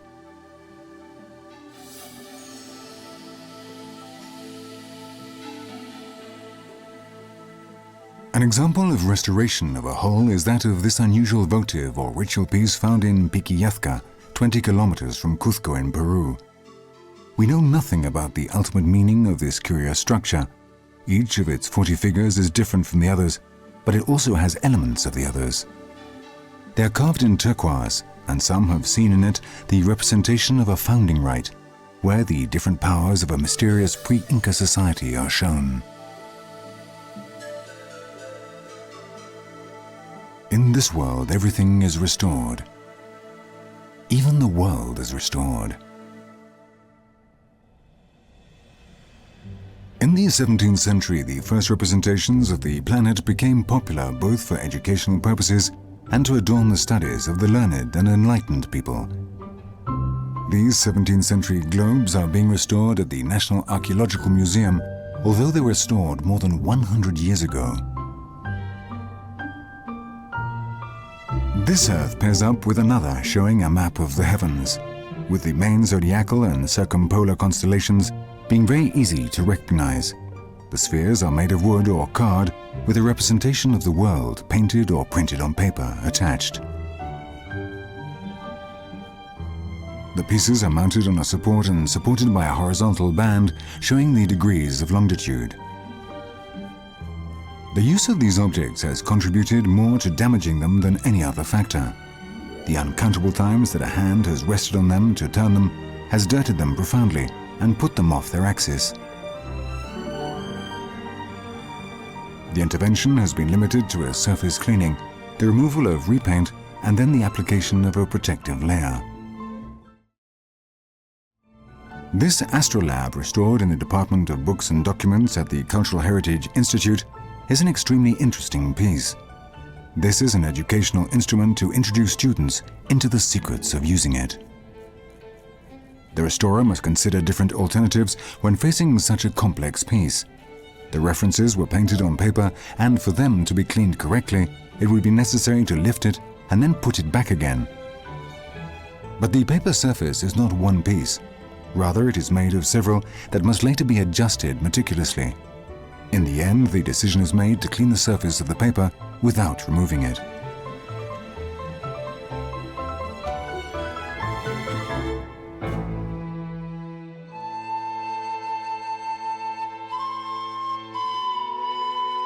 The metallurgical techniques of the New World have surprising aspects as shown by the collection of gold figures from the Quimbaya culture at the America Museum, which have revealed some of these aspects.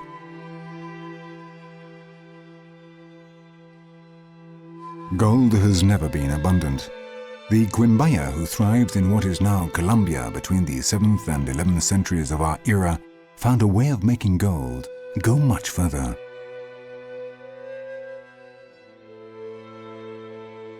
Their funerary figures seem to have been recently removed from a metal polisher.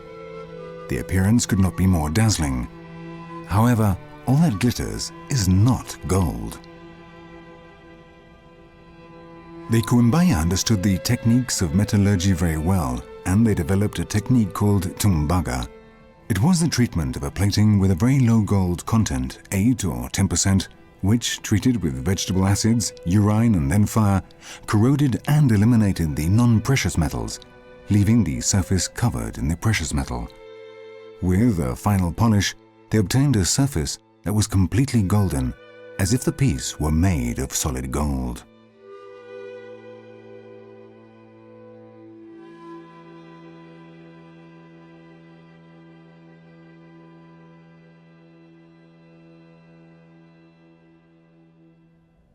In old Europe, the treatment of metals goes back much further. Bronze, a metal which in a free state tends to combine with other elements, is subject to progressive and irreversible damage, which can result in complete mineralization and disintegration.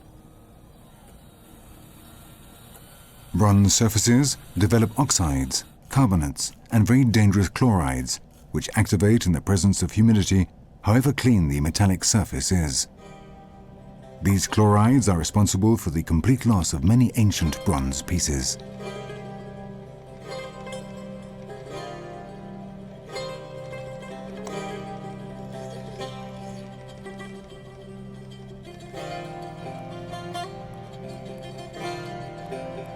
Often, the statues require major intervention to show the fragments remaining from the whole in a coherent way.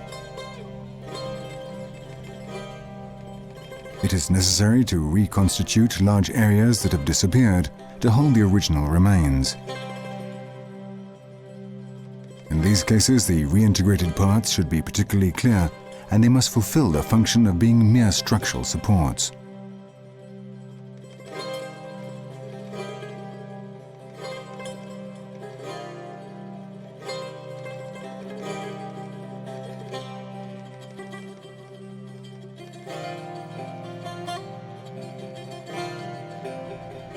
Bronze objects can give us a great deal of information. Metal treatment techniques allow a number of them to be combined, making them an expressive vehicle.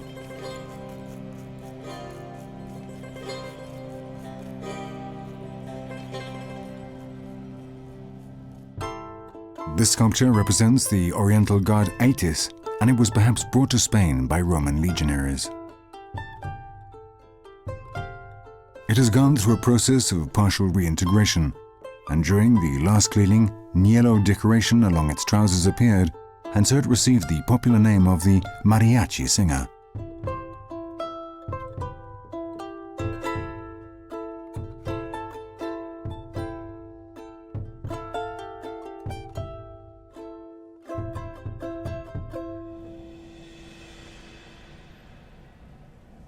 In terms of iron, a raw material for tools and especially weapons, its main enemy is rust, which triggers the same process in iron as chlorine does in bronze. Unfortunately, the processes by which iron mineralizes are much more active, and so the archaeological discovery of iron usually supplies little information.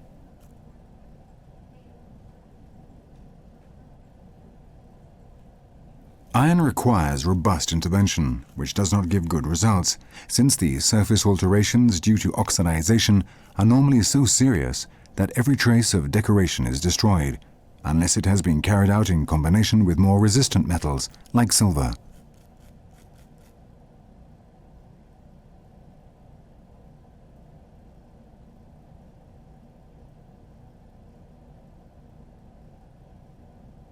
Regarding archaeological iron objects, we should learn to be content to have an approximate idea of its exterior shape.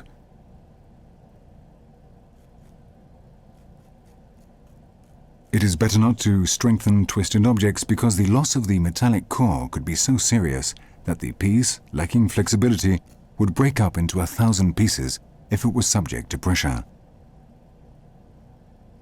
Perhaps in the future it'll be possible to undertake this enterprise with certain guarantees, but not for now.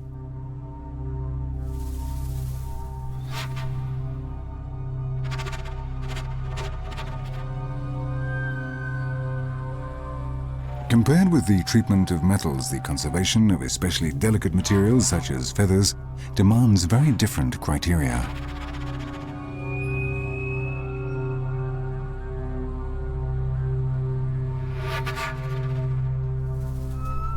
Feather art is a particularly subtle world in which only a few specialists in the world act with confidence.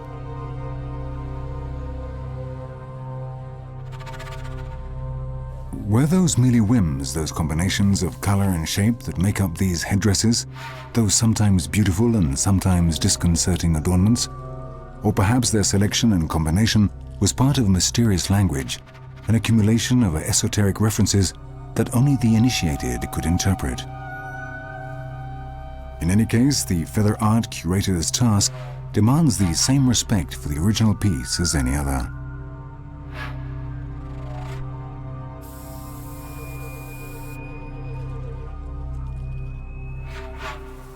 Here we are dealing with three-dimensional structures with attachments that are very different.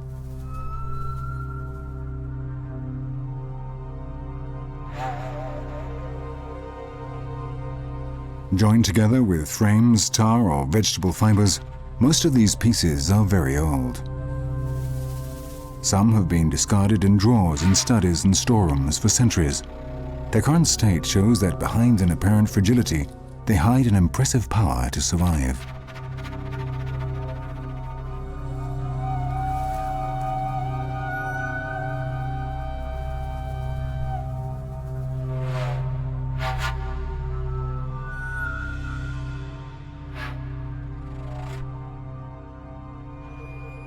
Museums also hold certain very special materials. Materials that curators limit themselves to attempting to keep intact for fear that they disintegrate in their hands.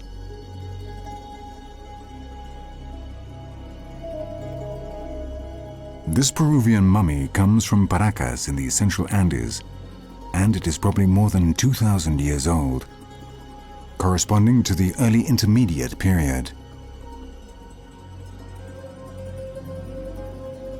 Its magnificent state of conservation is surprising, as is that of the decorations it was buried with.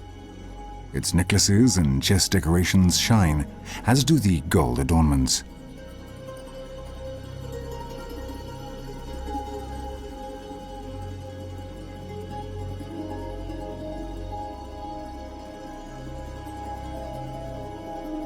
The mantle is very rich, and it is adorned with symbolic and geometric motifs whose meaning has been lost to us.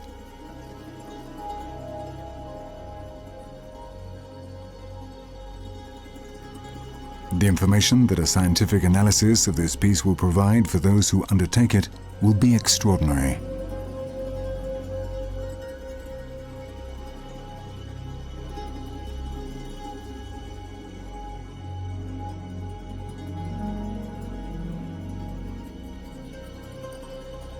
Together with the mummy, a bag with an interesting trousseau appeared, and so it is suspected that this was a person with a connection to the work of spinning and fabrics.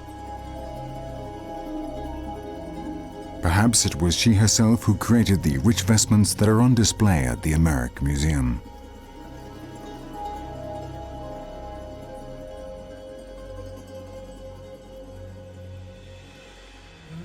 One of the most unusual pieces to be restored is this human head, shrunken by the Jibaro Indians. This peculiarity of the tribe was a kind of security system. The intruder would have to think twice before invading Jibaro territory. The head is empty inside, and its state of conservation is excellent. The Jibaros made work that lasted. Another head removed from its body, that of Medusa, whose gaze, according to myth, turned to stone anyone who met it. Now it is she who is converted into stone, in the thousands of small stones and tesserae that make up this Roman mosaic exhibited at the National Archaeological Museum. Mosaics do not normally appear complete. Their integrity depends on the conservation of all their pieces and on the firmness of the support they are attached to. When some go missing, their neighbors notice and tend to loosen and come off, and so the lost surface gets larger and larger.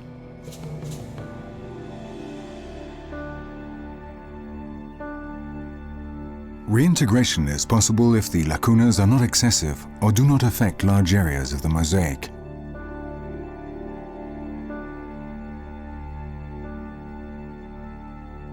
In other cases, any possible reintegration is rejected since the information has been lost forever. Therefore, it is necessary to accept the fact that most antique mosaics appear incomplete.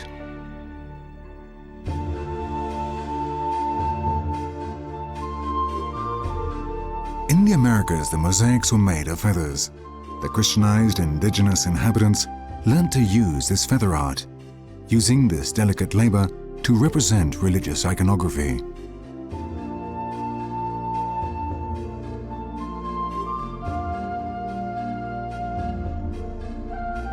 The saints and virgins that are subject to the greatest prestige and devotion in their churches were reproduced naively, or they followed the same patterns as Catholic iconography, tracing prints that were alien to their own cultural roots.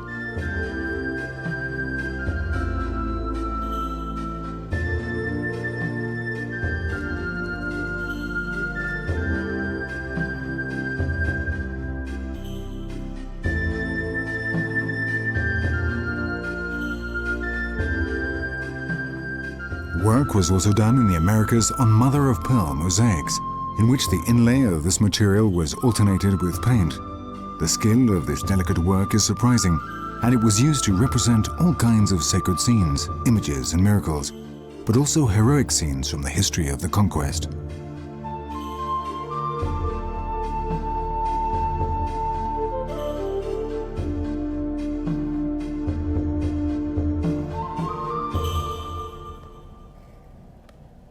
This technique flourished in Mexico at the end of the 17th century and never became a popular art, but was very localized. The best collection is conserved in the stores of Madrid's America Museum.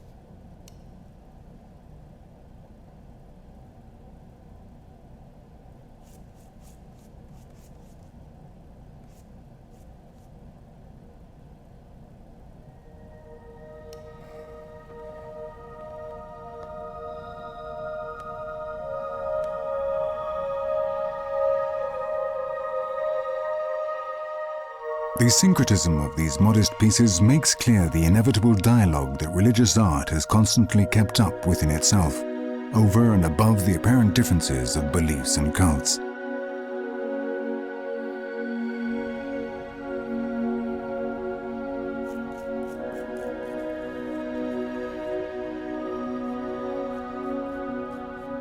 The love of art drives us to conservation.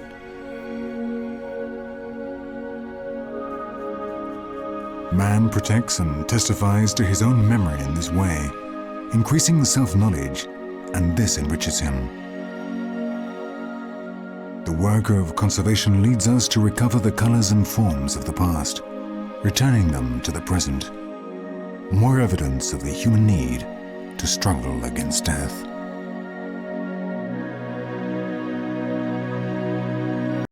The slow passage of time on objects exposes these to all kinds of aggression.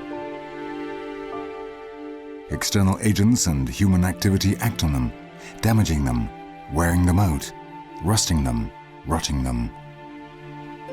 Water, fire, insects, and microorganisms are together with man their fiercest enemies. What makes man different from the other forces is that they are the only ones who can stop or hold back the process which, without their intervention, would be irreversible. Scientific interest in art conservation has developed over the last century based on science and technology. The main criterion is that nothing that is external or foreign to the piece should be added. In those cases where it is essential to transgress this general principle, two requirements should be rigorously met. Whatever has been added should be clearly appreciated, and it should also be possible to remove it without this jeopardizing the integrity of the whole. Moreover, in many cases, it is necessary for the piece of work to recover its function and arrangement. These requirements are the result of the experience accumulated by curators who have learnt that a piece of work is never definitively restored. Technical advances occur very quickly, and respect for what could be done in the future makes restorers work cautiously so that their current intervention does not obstruct future restorations.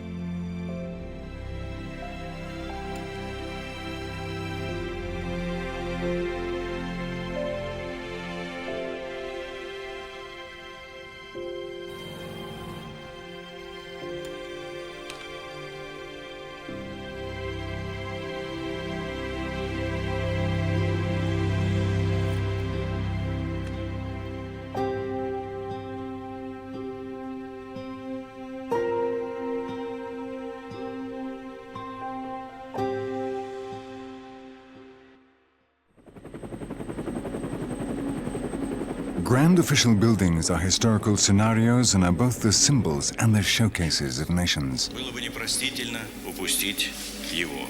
We must fix our vision on what real peace would bring. Peace, after all, means not just avoiding war and the costs of preparing for it. Bienvenidos a Madrid, bienvenidos a España, convertidas hoy con su presencia en capital y patria de la esperanza de paz. The halls of these buildings are the scene of events which affect us all. Sometimes they are even privileged enough to witness the signing of treaties which constitute the first building blocks of a fragile peace. The area where the Royal Palace in Madrid now stands has been a center of power since the earliest times, but the first stone for the building which stands here today was laid only 2.5 centuries ago, and this palace replaced an old one built by the Austrian dynasty, which fell victim to fire. This enormous building and everything which it contains is a very important part of the Spanish National Trust. The Spanish National Trust deals with the state heritage which is at the disposal of the Crown. This great group of palaces and monasteries also contains some splendid and valuable collections of artworks. All these works are at the disposal and service of His Majesty the King, so that he can carry out state functions, and they are also at the service of all people as a permanent conveyor of our culture.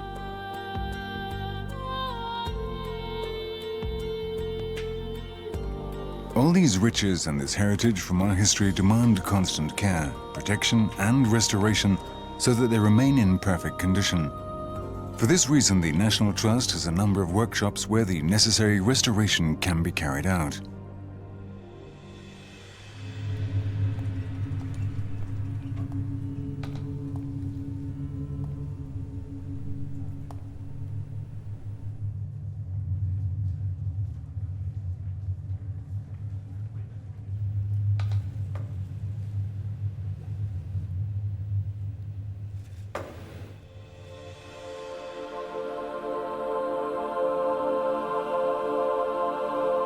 Here we are entering the very heart of the palace, the throne room.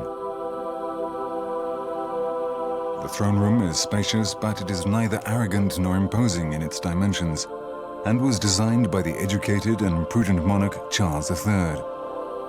The symbols with which it is decorated reflect more than anything else the character of the monarch who occupied the throne at the time. Around the throne itself, the four theological virtues are represented: prudence, justice, strength, and moderation, fit companions for one who wielded absolute power. The wish to maintain the palace as a living building demands constant effort from all those who are responsible for its care and maintenance. The enormous number of works of art held within its walls and their high quality and historical value mean that the conditions under which their conservation is carried out have to be constantly monitored. There are kilometers of halls and rooms full of stuccos, drapes, gilded objects, tapestries, clocks, porcelain, chandeliers, mirrors, furniture, pictures and carpets, which have to be kept in perfect condition in spite of the hundreds of tourists and the additional enormous effort needed for their conservation which this implies. There is one particular part of the National Trust which consists of all the halls of the palace where state functions are held, the presentation of credentials, state banquets, audiences, and this means that it is not only necessary to restore the room itself, but to restore it so that it can be used, since it is not the same thing to keep a work of art in a glass case as to keep it in a hall in the very place where it was intended to be displayed.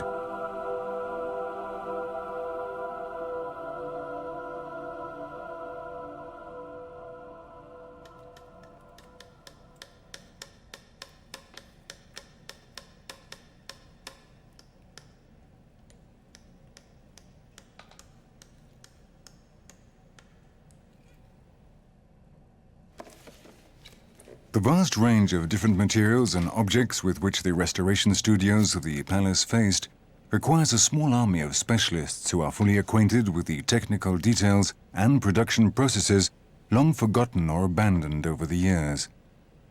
And they also need to know about materials which are no longer in current use at the beginning of the 21st century.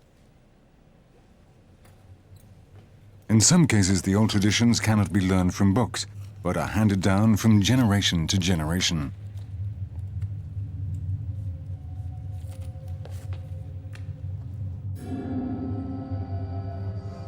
This is the case with the Toboso family, who have worked in the palace for generations.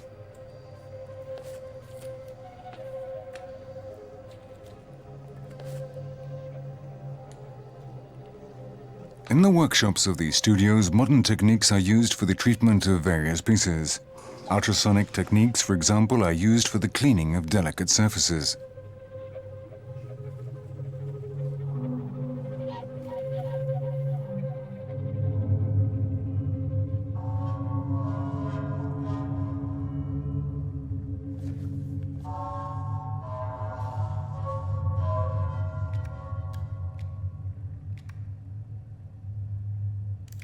The collection contained in the Royal Armoury is priceless from a purely historical point of view, as well as on account of the precision of the different mechanisms. Specialists first turn to documentation contained in the archives, where even the smallest details of each weapon are recorded before beginning any restoration.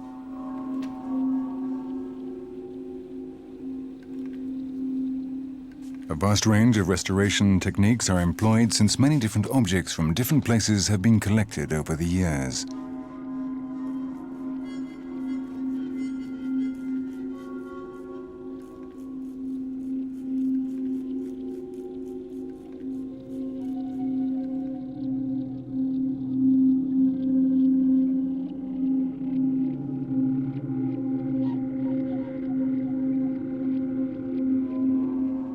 These pieces, on account of the decorations which have been applied, are truly unique.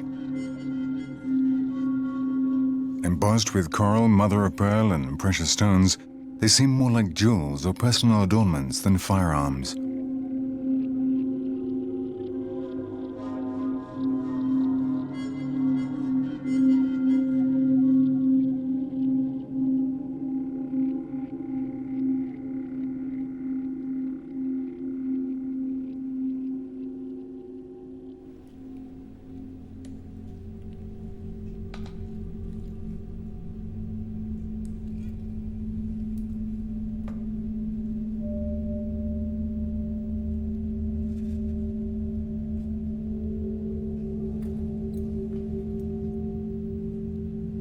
The furniture in the palace, which encompasses several different eras and styles, is the responsibility of the joinery and upholstery department, and it is here that the necessary adjustments and repairs are carried out to keep the furniture in good condition.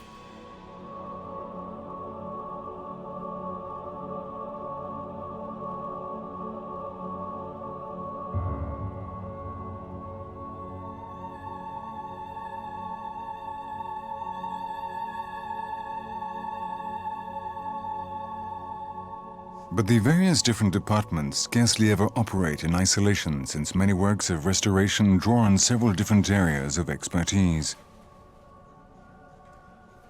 In an environment like a palace, each individual piece also forms a part of and is understood within the context of the general decoration and architecture dictated by a particular historical style.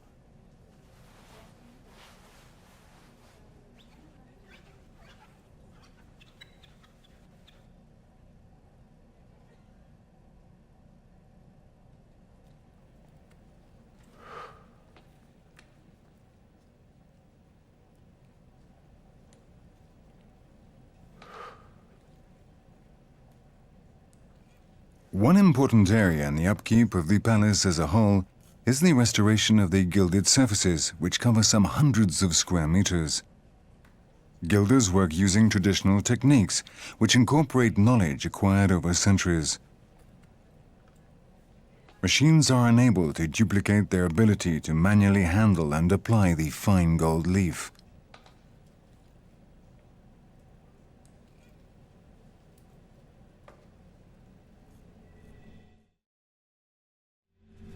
From the point of view of restoration, the most important thing in this room is the old upholstery, which has to be cleaned and kept in a textile depository so that it is available for researchers. But in order to be able to use the room again in its original form, it is necessary to reupholster it with cloth of the same kind as that which exists now.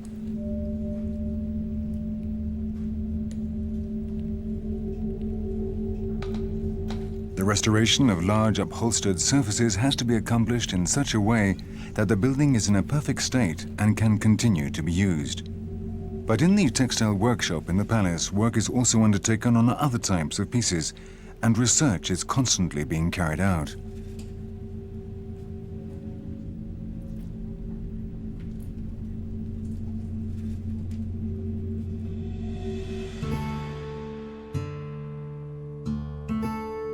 There are also numerous ceramic pieces in the palace.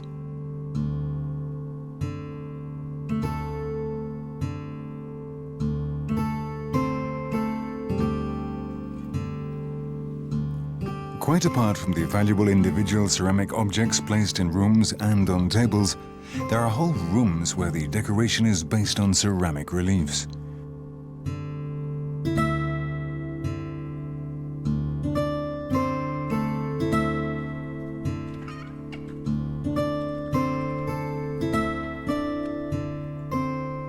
The Royal Palace in Madrid also contains many other exceptional artifacts amongst its treasures. The section for gold artifacts includes some very remarkable pieces, as well as some unusual miniature and whimsical decorative articles, like this circular alabaster shrine made during the first third of the 19th century.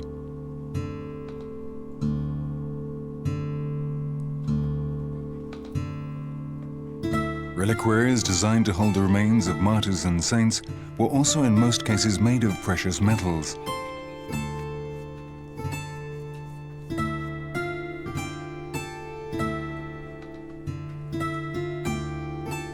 This nativity scene, made from wood, coral, silver, copper and brass during the first half of the 16th century, is an exquisite and delicate piece of work. Each piece has its own history and forms an integral part of the group.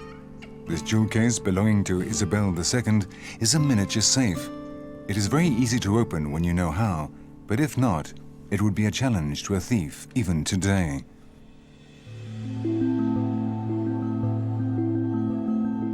Then there are the clocks. Their hands have turned for centuries, and they have been witness to the rhythms of war and peace, to weddings and funerals, and to joys and sorrows.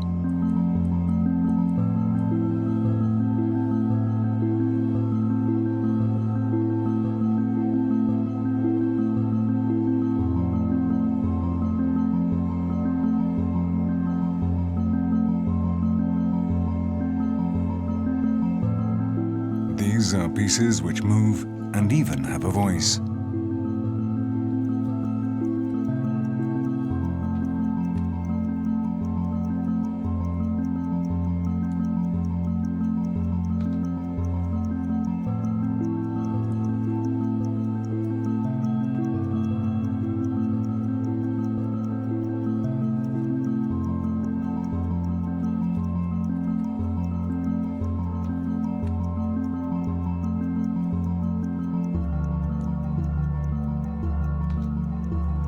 They are monuments to the skills of the clockmakers, and their precision movements are only fully appreciated when the moment comes to restore them.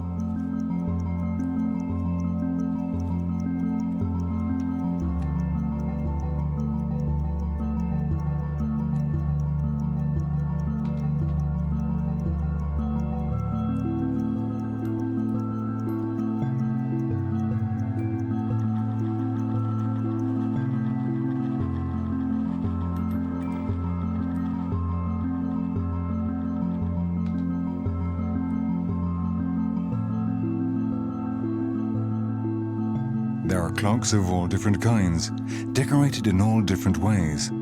They are in turn ornamental, scientific, coquettish, solemn, precisely accurate, and pretentious.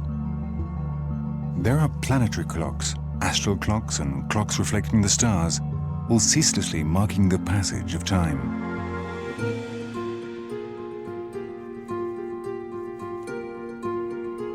The Trust, of course, has a painting studio as well, although most of the Spanish royal collection was transferred to the Prado Museum when it was first established.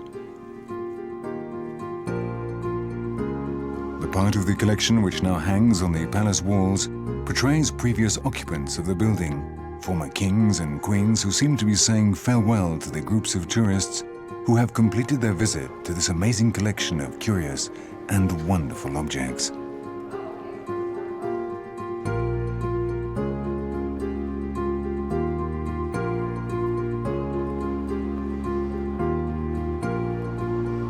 Very few of them are aware of the efforts being carried out daily to preserve and look after what they have just seen.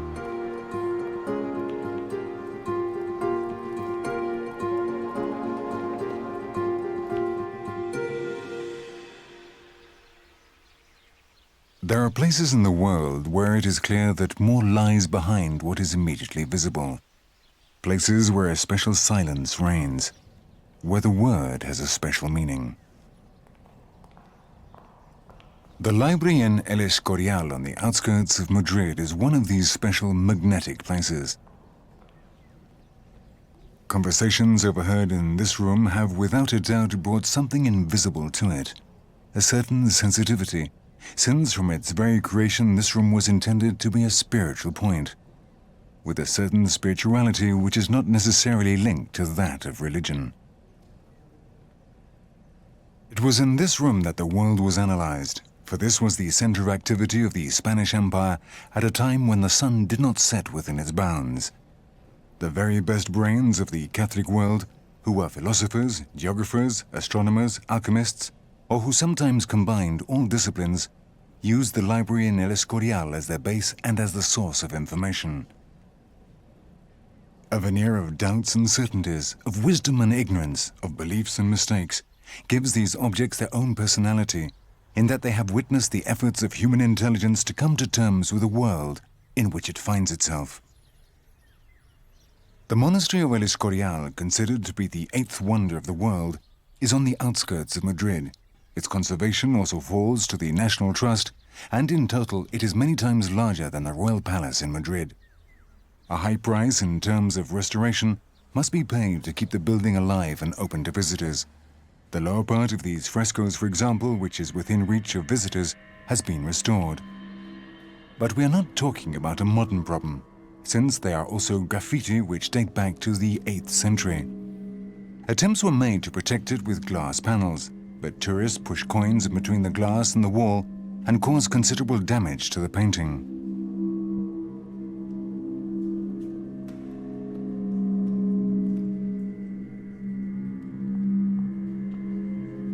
When one considers El Escorial, it seems that it is endless. Room after room follow on in endless succession.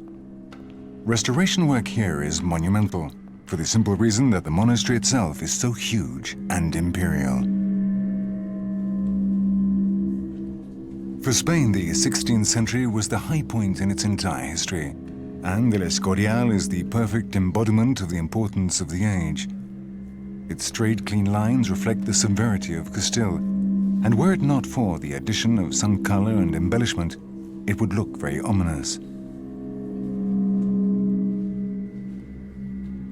This is why the religious frescoes were originally introduced, and they represent the best paintings of this type of their time. This was not the first time that they have undergone restoration. They have always been within the reach of visitors, and some people have felt the necessity to leave some mark of their visit, to scratch a desperate record of their existence as the years flowed by.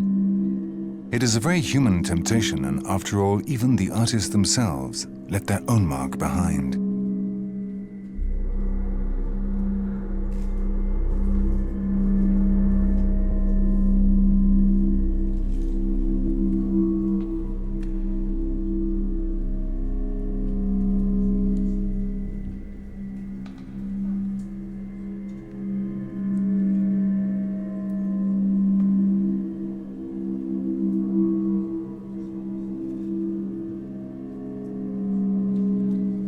But finally, their time came for the marks to disappear in the hands of the restorers, who have made every effort to return these maltreated painted surfaces to their original brilliance and freshness.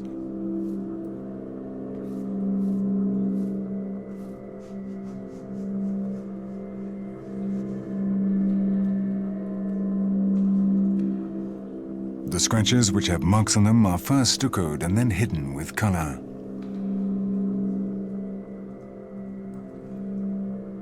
A hushed music seems to descend from the empirical scene, a solemn symphony, the noise of stirring bodies congregating around the glory of the Spanish monarch in the 16th century.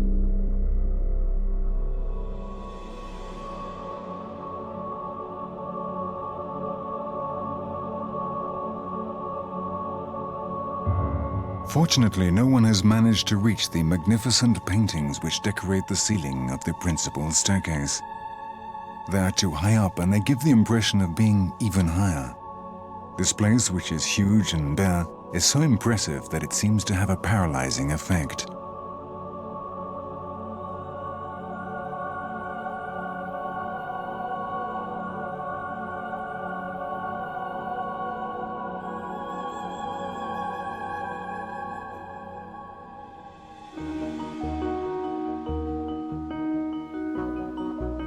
The various works of restoration which were carried out in El Escorial were not independent of one another. There was an overall concept of restoring the grandiose building in its entirety.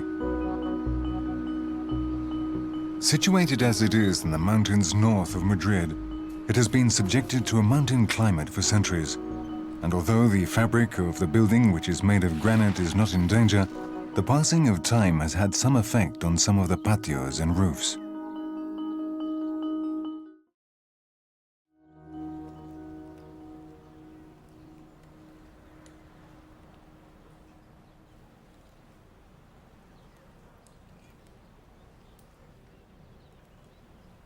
The greatest restoration efforts in the monastery concentrated in the so-called Sala de Batallas, or Hall of Battles. According to some tapestries which were discovered centuries later in the palace at Segovia, Tabarone, Cambiaso, Granello and Castelló began the paintings here in 1585. There is evidence of 16 quite extensive restorations since the 17th century. For this restoration, the 17th, they estimated that it would be necessary to employ a team of 10 specialists for a period of 3.5 years.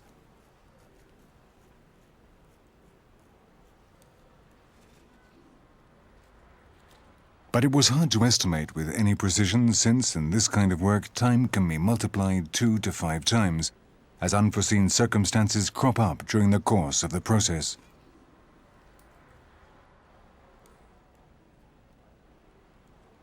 The real problems which are likely to arise cannot be identified until the conservation work begins, and only then can the restorer have any idea of the extent of the work which faces him. The battle against persistent humidity, the discovery of original paintings underneath repainted areas, as well as other possible surprises of this magnitude or even greater magnitude, all serve to make the restorer cautious, and any prior estimates are couched with reservations.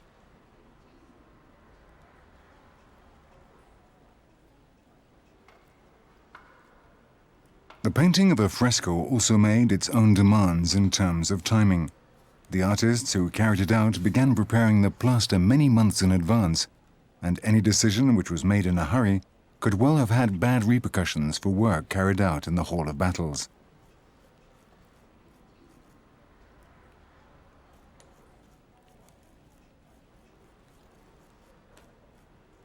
As for the frescoes themselves, the detailed work which the painting requires and the criteria of modern restoration meant that a meticulous regatino art should be used instead of traditional repainting, and this made the work of the restorer very much more complicated.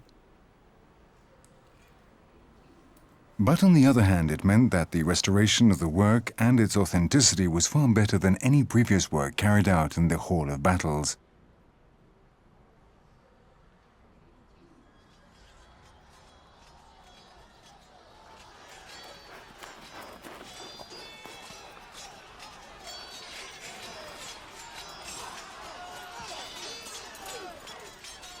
But why is it called the Hall of Battles? Perhaps because power always needs a reminder that it must overcome other powers in order to survive. Sometimes it even needs to overcome its own power.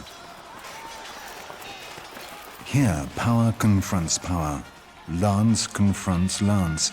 Helmet confronts helmet. Just like warring rams following some atavistic impulse and multiplying the tombs of the dead. Cannons, banners waving in the wind, polished armor violently shining in the sun, spurs digging into the horses' flanks, the steel of crossbows, unbelievable wounds, shouts of rage and of anguish, the desperate neighing of horses, implacable cavalry squadrons opening up a route through ranks of infantry like a combine harvester moving through the grain fields. These men, however, have faith in what they are doing. They are the defenders of the king, of the faith, of the Pope, and of the fatherland. They sense the weight of history and they go into combat willingly and with determination. What else could make them lift up their arms if not conviction? It was complete conviction which made them wield their swords, and complete conviction which led to so many committed dead men. El Escorial is a surprising mix of love and violence, because it was built as a result of spiritualism combined with power. It is not a beautiful building, but it was never intended to be so. It is awesome and attracts and terrifies at one and the same time. It is not amenable but severe. It is distant and unwelcoming but remains aloof. Nothing could be more alien to our own time and our own customs than these imposing walls which offer no sanctuary. This construction of straight lines which does not make the slightest concession. These angles and borders which seem to want to purify thought and faith until they become pure abstract geometry. But even so, it has an awesome beauty of its own.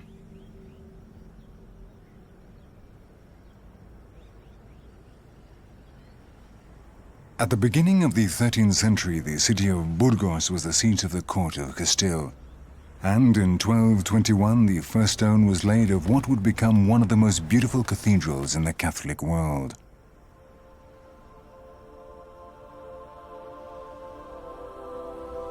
Now, almost 8 centuries later, its delicate structures are still standing and bear witness to the zeal and dedication of its builders.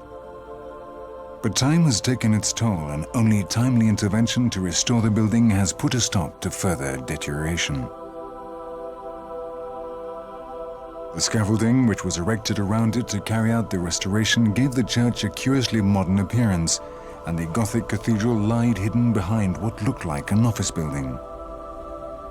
The square constructions which masked the delicate patterns of its towers also served to highlight the harmonious proportions of the original building. Any attempt to restore these stone needles, which are covered with sculpted reliefs, is an enormous undertaking. Especially when one realizes that this is not a task which is limited to the surfaces of the structure, but which goes deep into the structure itself. The surface of the cathedral had been affected by the passage of time. Accumulated dirt over the centuries had concentrated in those areas which escaped naturally being washed off by the rain. And at these points, the surface of the stone had reacted with the chemical agents which had fallen on it.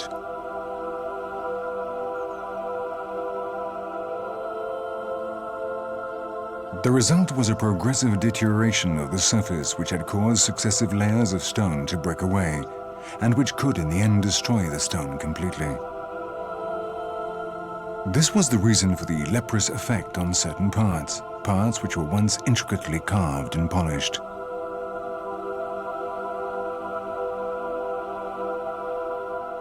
Preliminary research precedes any restoration work.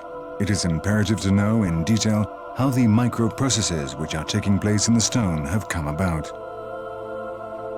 Just like hospital patients, these reliefs yield data through sensitive instruments which will later be carefully analyzed by specialists. The whole monument was threatened by deterioration, and the anxious specialists undertook extensive studies of the general condition of the whole church and discovered that the 2 needles were in greatest danger, since they were originally constructed of stone openwork to save weight. Deterioration of the towers of the cathedral in Burgos is divided into 3 distinct types. The inevitable aging of the material of which they are made, the effect of the level of industrialization of contemporary society, and the damage caused by man. In the towers, unlike the rest of the cathedral, the effects of pollution have been minimal, since they stand over 80 meters above ground.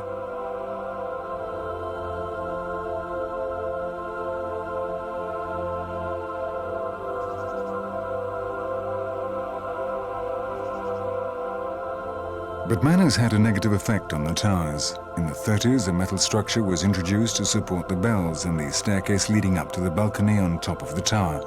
But the structure was completely independent from the tower itself.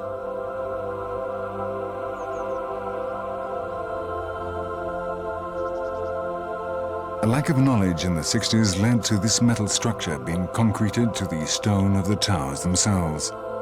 The corrosion of the metal structure over the years produced a wave effect, which caused the stone towers to crack, and some cracks now measure more than 4 centimeters.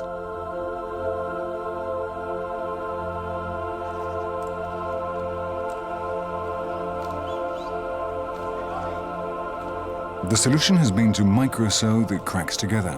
but in particular to isolate the negative influence which the metal structure was having through the concrete, by making the two structures independent of one another.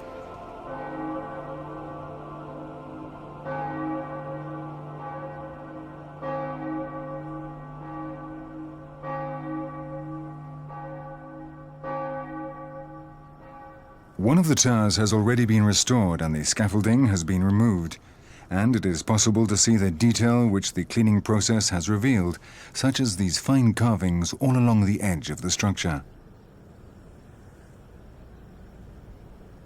The stonemasons knew that their work would not be visible from the ground, but this in no way affected the quality of their work.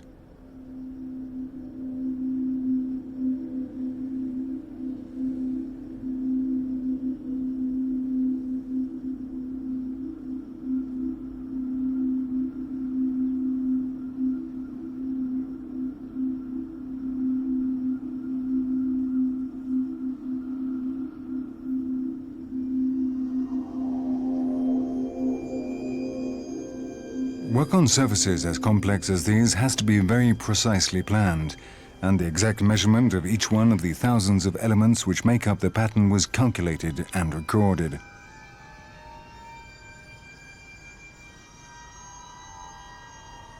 A supplementary technique known as photometrics is of great assistance in the restoration of buildings. The Photometrics Department of the Spanish Institute of Historical Heritage can provide plans by using pairs of photographs taken with special cameras, which are linked to precise topographical points. Plates are put into an optical apparatus called a restorer, where a stereoscopic image of the monument is generated, which the operator can interpret using both his hands and his feet.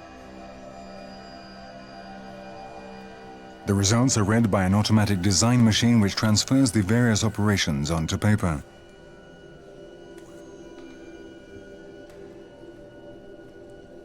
The relationship which exists between the distance between various parts of the building and their size is therefore mathematically guaranteed.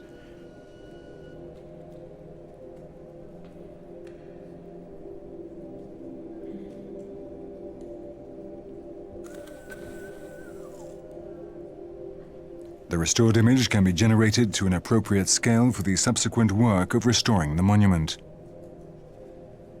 The resulting plans are an insurance for the future in the conservation of these architectural treasures, since they ensure that any future work will be carried out with complete precision.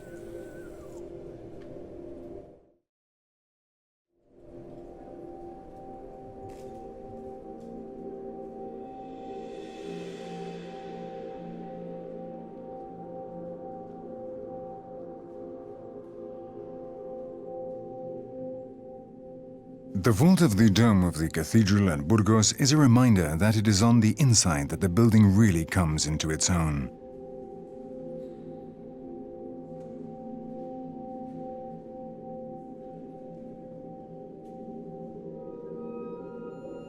The interior of the cathedral is even more impressive than the exterior. On the walls and the internal structures, stone has been transformed into figures, flowers, and swords. A petrified world full of messages and symbols, stone filigree erected by and in the service of Christianity. The church as the owner of these architectural jewels has been dedicated to their conservation since the very beginning, and there is even an ecclesiastical post which reflects this task, that of the church warden, that is as old as the cathedrals themselves. He is appointed by the chapter and is in charge of all works carried out within the cathedral, is responsible for identifying all the needs of the building, and is especially responsible for the conservation of the building itself, as well as of all the artifacts which the building contains.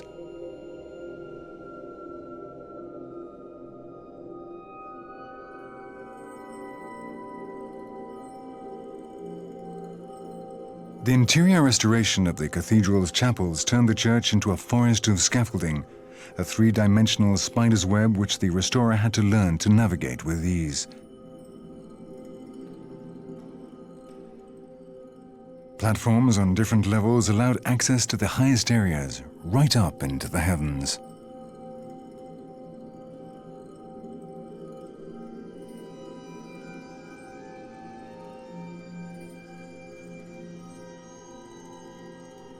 restorers were thus able to reach parts of the cathedral which had not been seen since the building was constructed. But everywhere, even in hidden recesses, there was the same striving for perfection and the same careful attention to detail.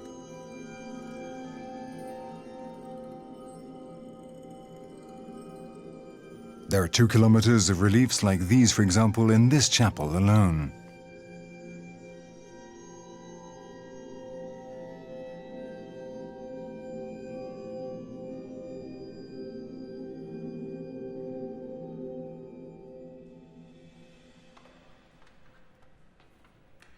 Detailed restoration provides an opportunity to study in depth some of the little-known aspects of the construction techniques and the sculpture of the Middle Ages.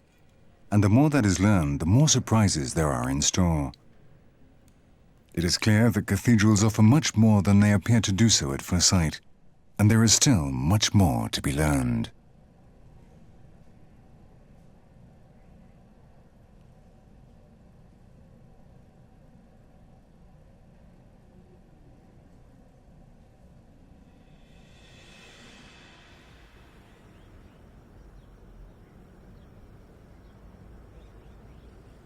Not very long after America was discovered, the admirals from Castile decided to endow the Cathedral of Burgos with something that later would be considered one of the best ornamental groups of religious art that were carried out at that time.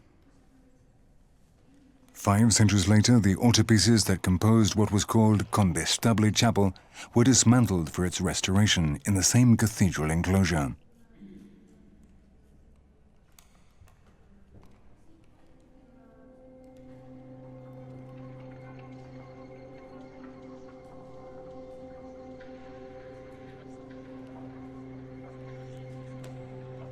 The complexity of this intervention can be judged by the state and the quality of the sizes that, once restored, they should adjust to each other with the precision of a clockwork mechanism.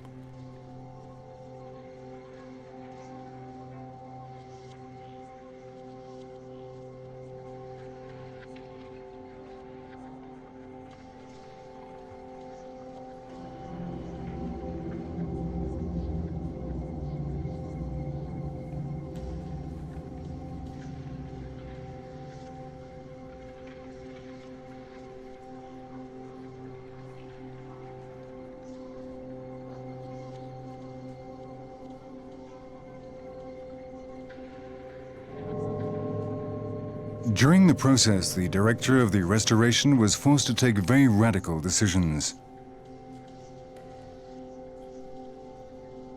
One of them was to make copies of the most important pieces in the group that would replace the original ones when the altarpiece was installed again. That way, the originals would be exhibited so that the public would have occasion of appreciating close-up the extraordinary quality that up until now went unnoticed due to the high places where the pieces were. This decision had another reason not less justified. It allowed, for example, to maintain original pieces in more appropriate environmental conditions and safe from new attacks of xylophag insects. On the other hand, the decision respected a basic rule. All these copies could be replaced again by their originals whenever this was required. It is essential to insist on making the extraordinary effort that involves this work on these masterpieces of medieval and Renaissance carving.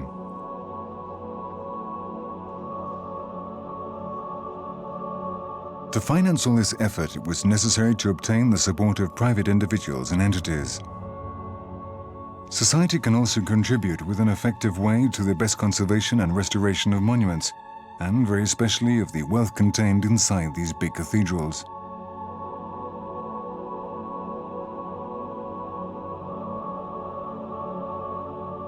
The exhibition of the imagery of the Condestable Chapel's altarpieces is an example of this action shared between associations and institutions, and a result that one can achieve with these kind of procedures.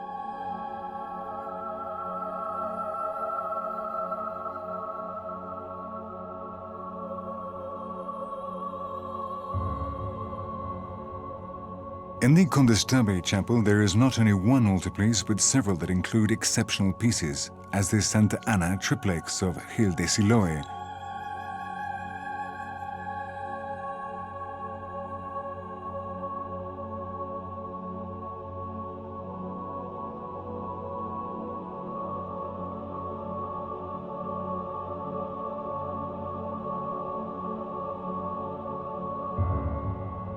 Or this nativity original of his son, Diego de Siloé, with serious deteriorations in the boy's figure. Or the elegant Angel of the Announcement painted by Felipe de Vigarny.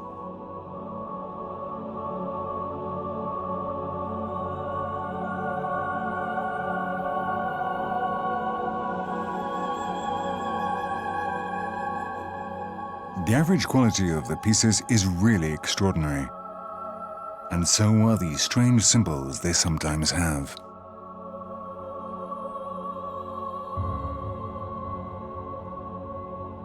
Like in the case of this singular piece known as the Synagogue, whose gloomy force is still more accentuated by the curious circumstance that the xylophage insects chose to attack the most dramatic area in the carving.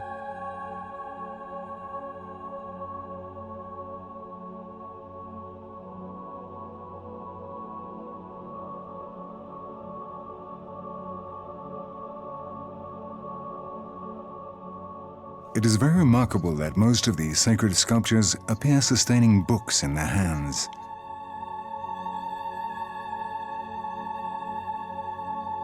The books certainly are also sacred, and the artist's scruple wrote on their pages, even knowing that, due to its position on the altarplace, the detail could not be appreciated.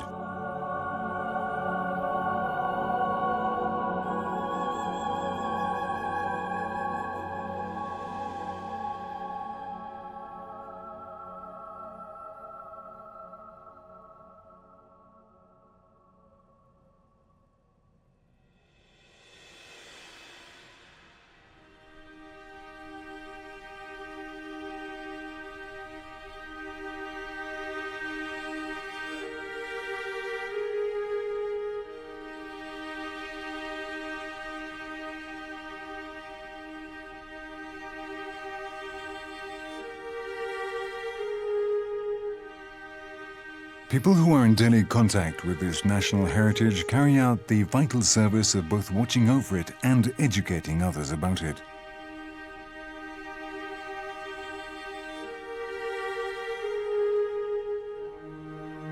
But they obviously cannot carry out all the work themselves.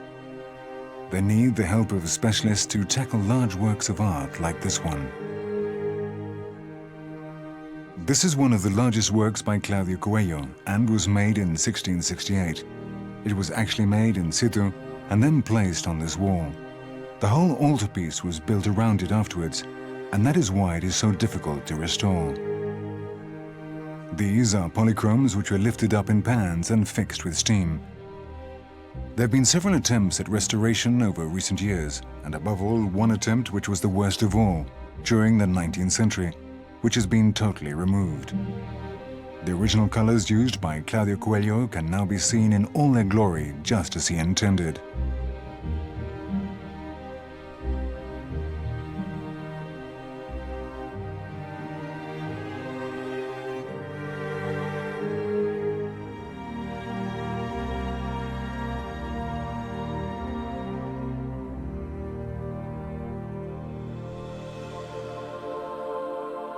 The resources seem quite limited when one considers the enormous amount of work required to maintain the vast quantity of statues, carvings, porticos, friezes, columns, and paintings, which are all part of the national heritage.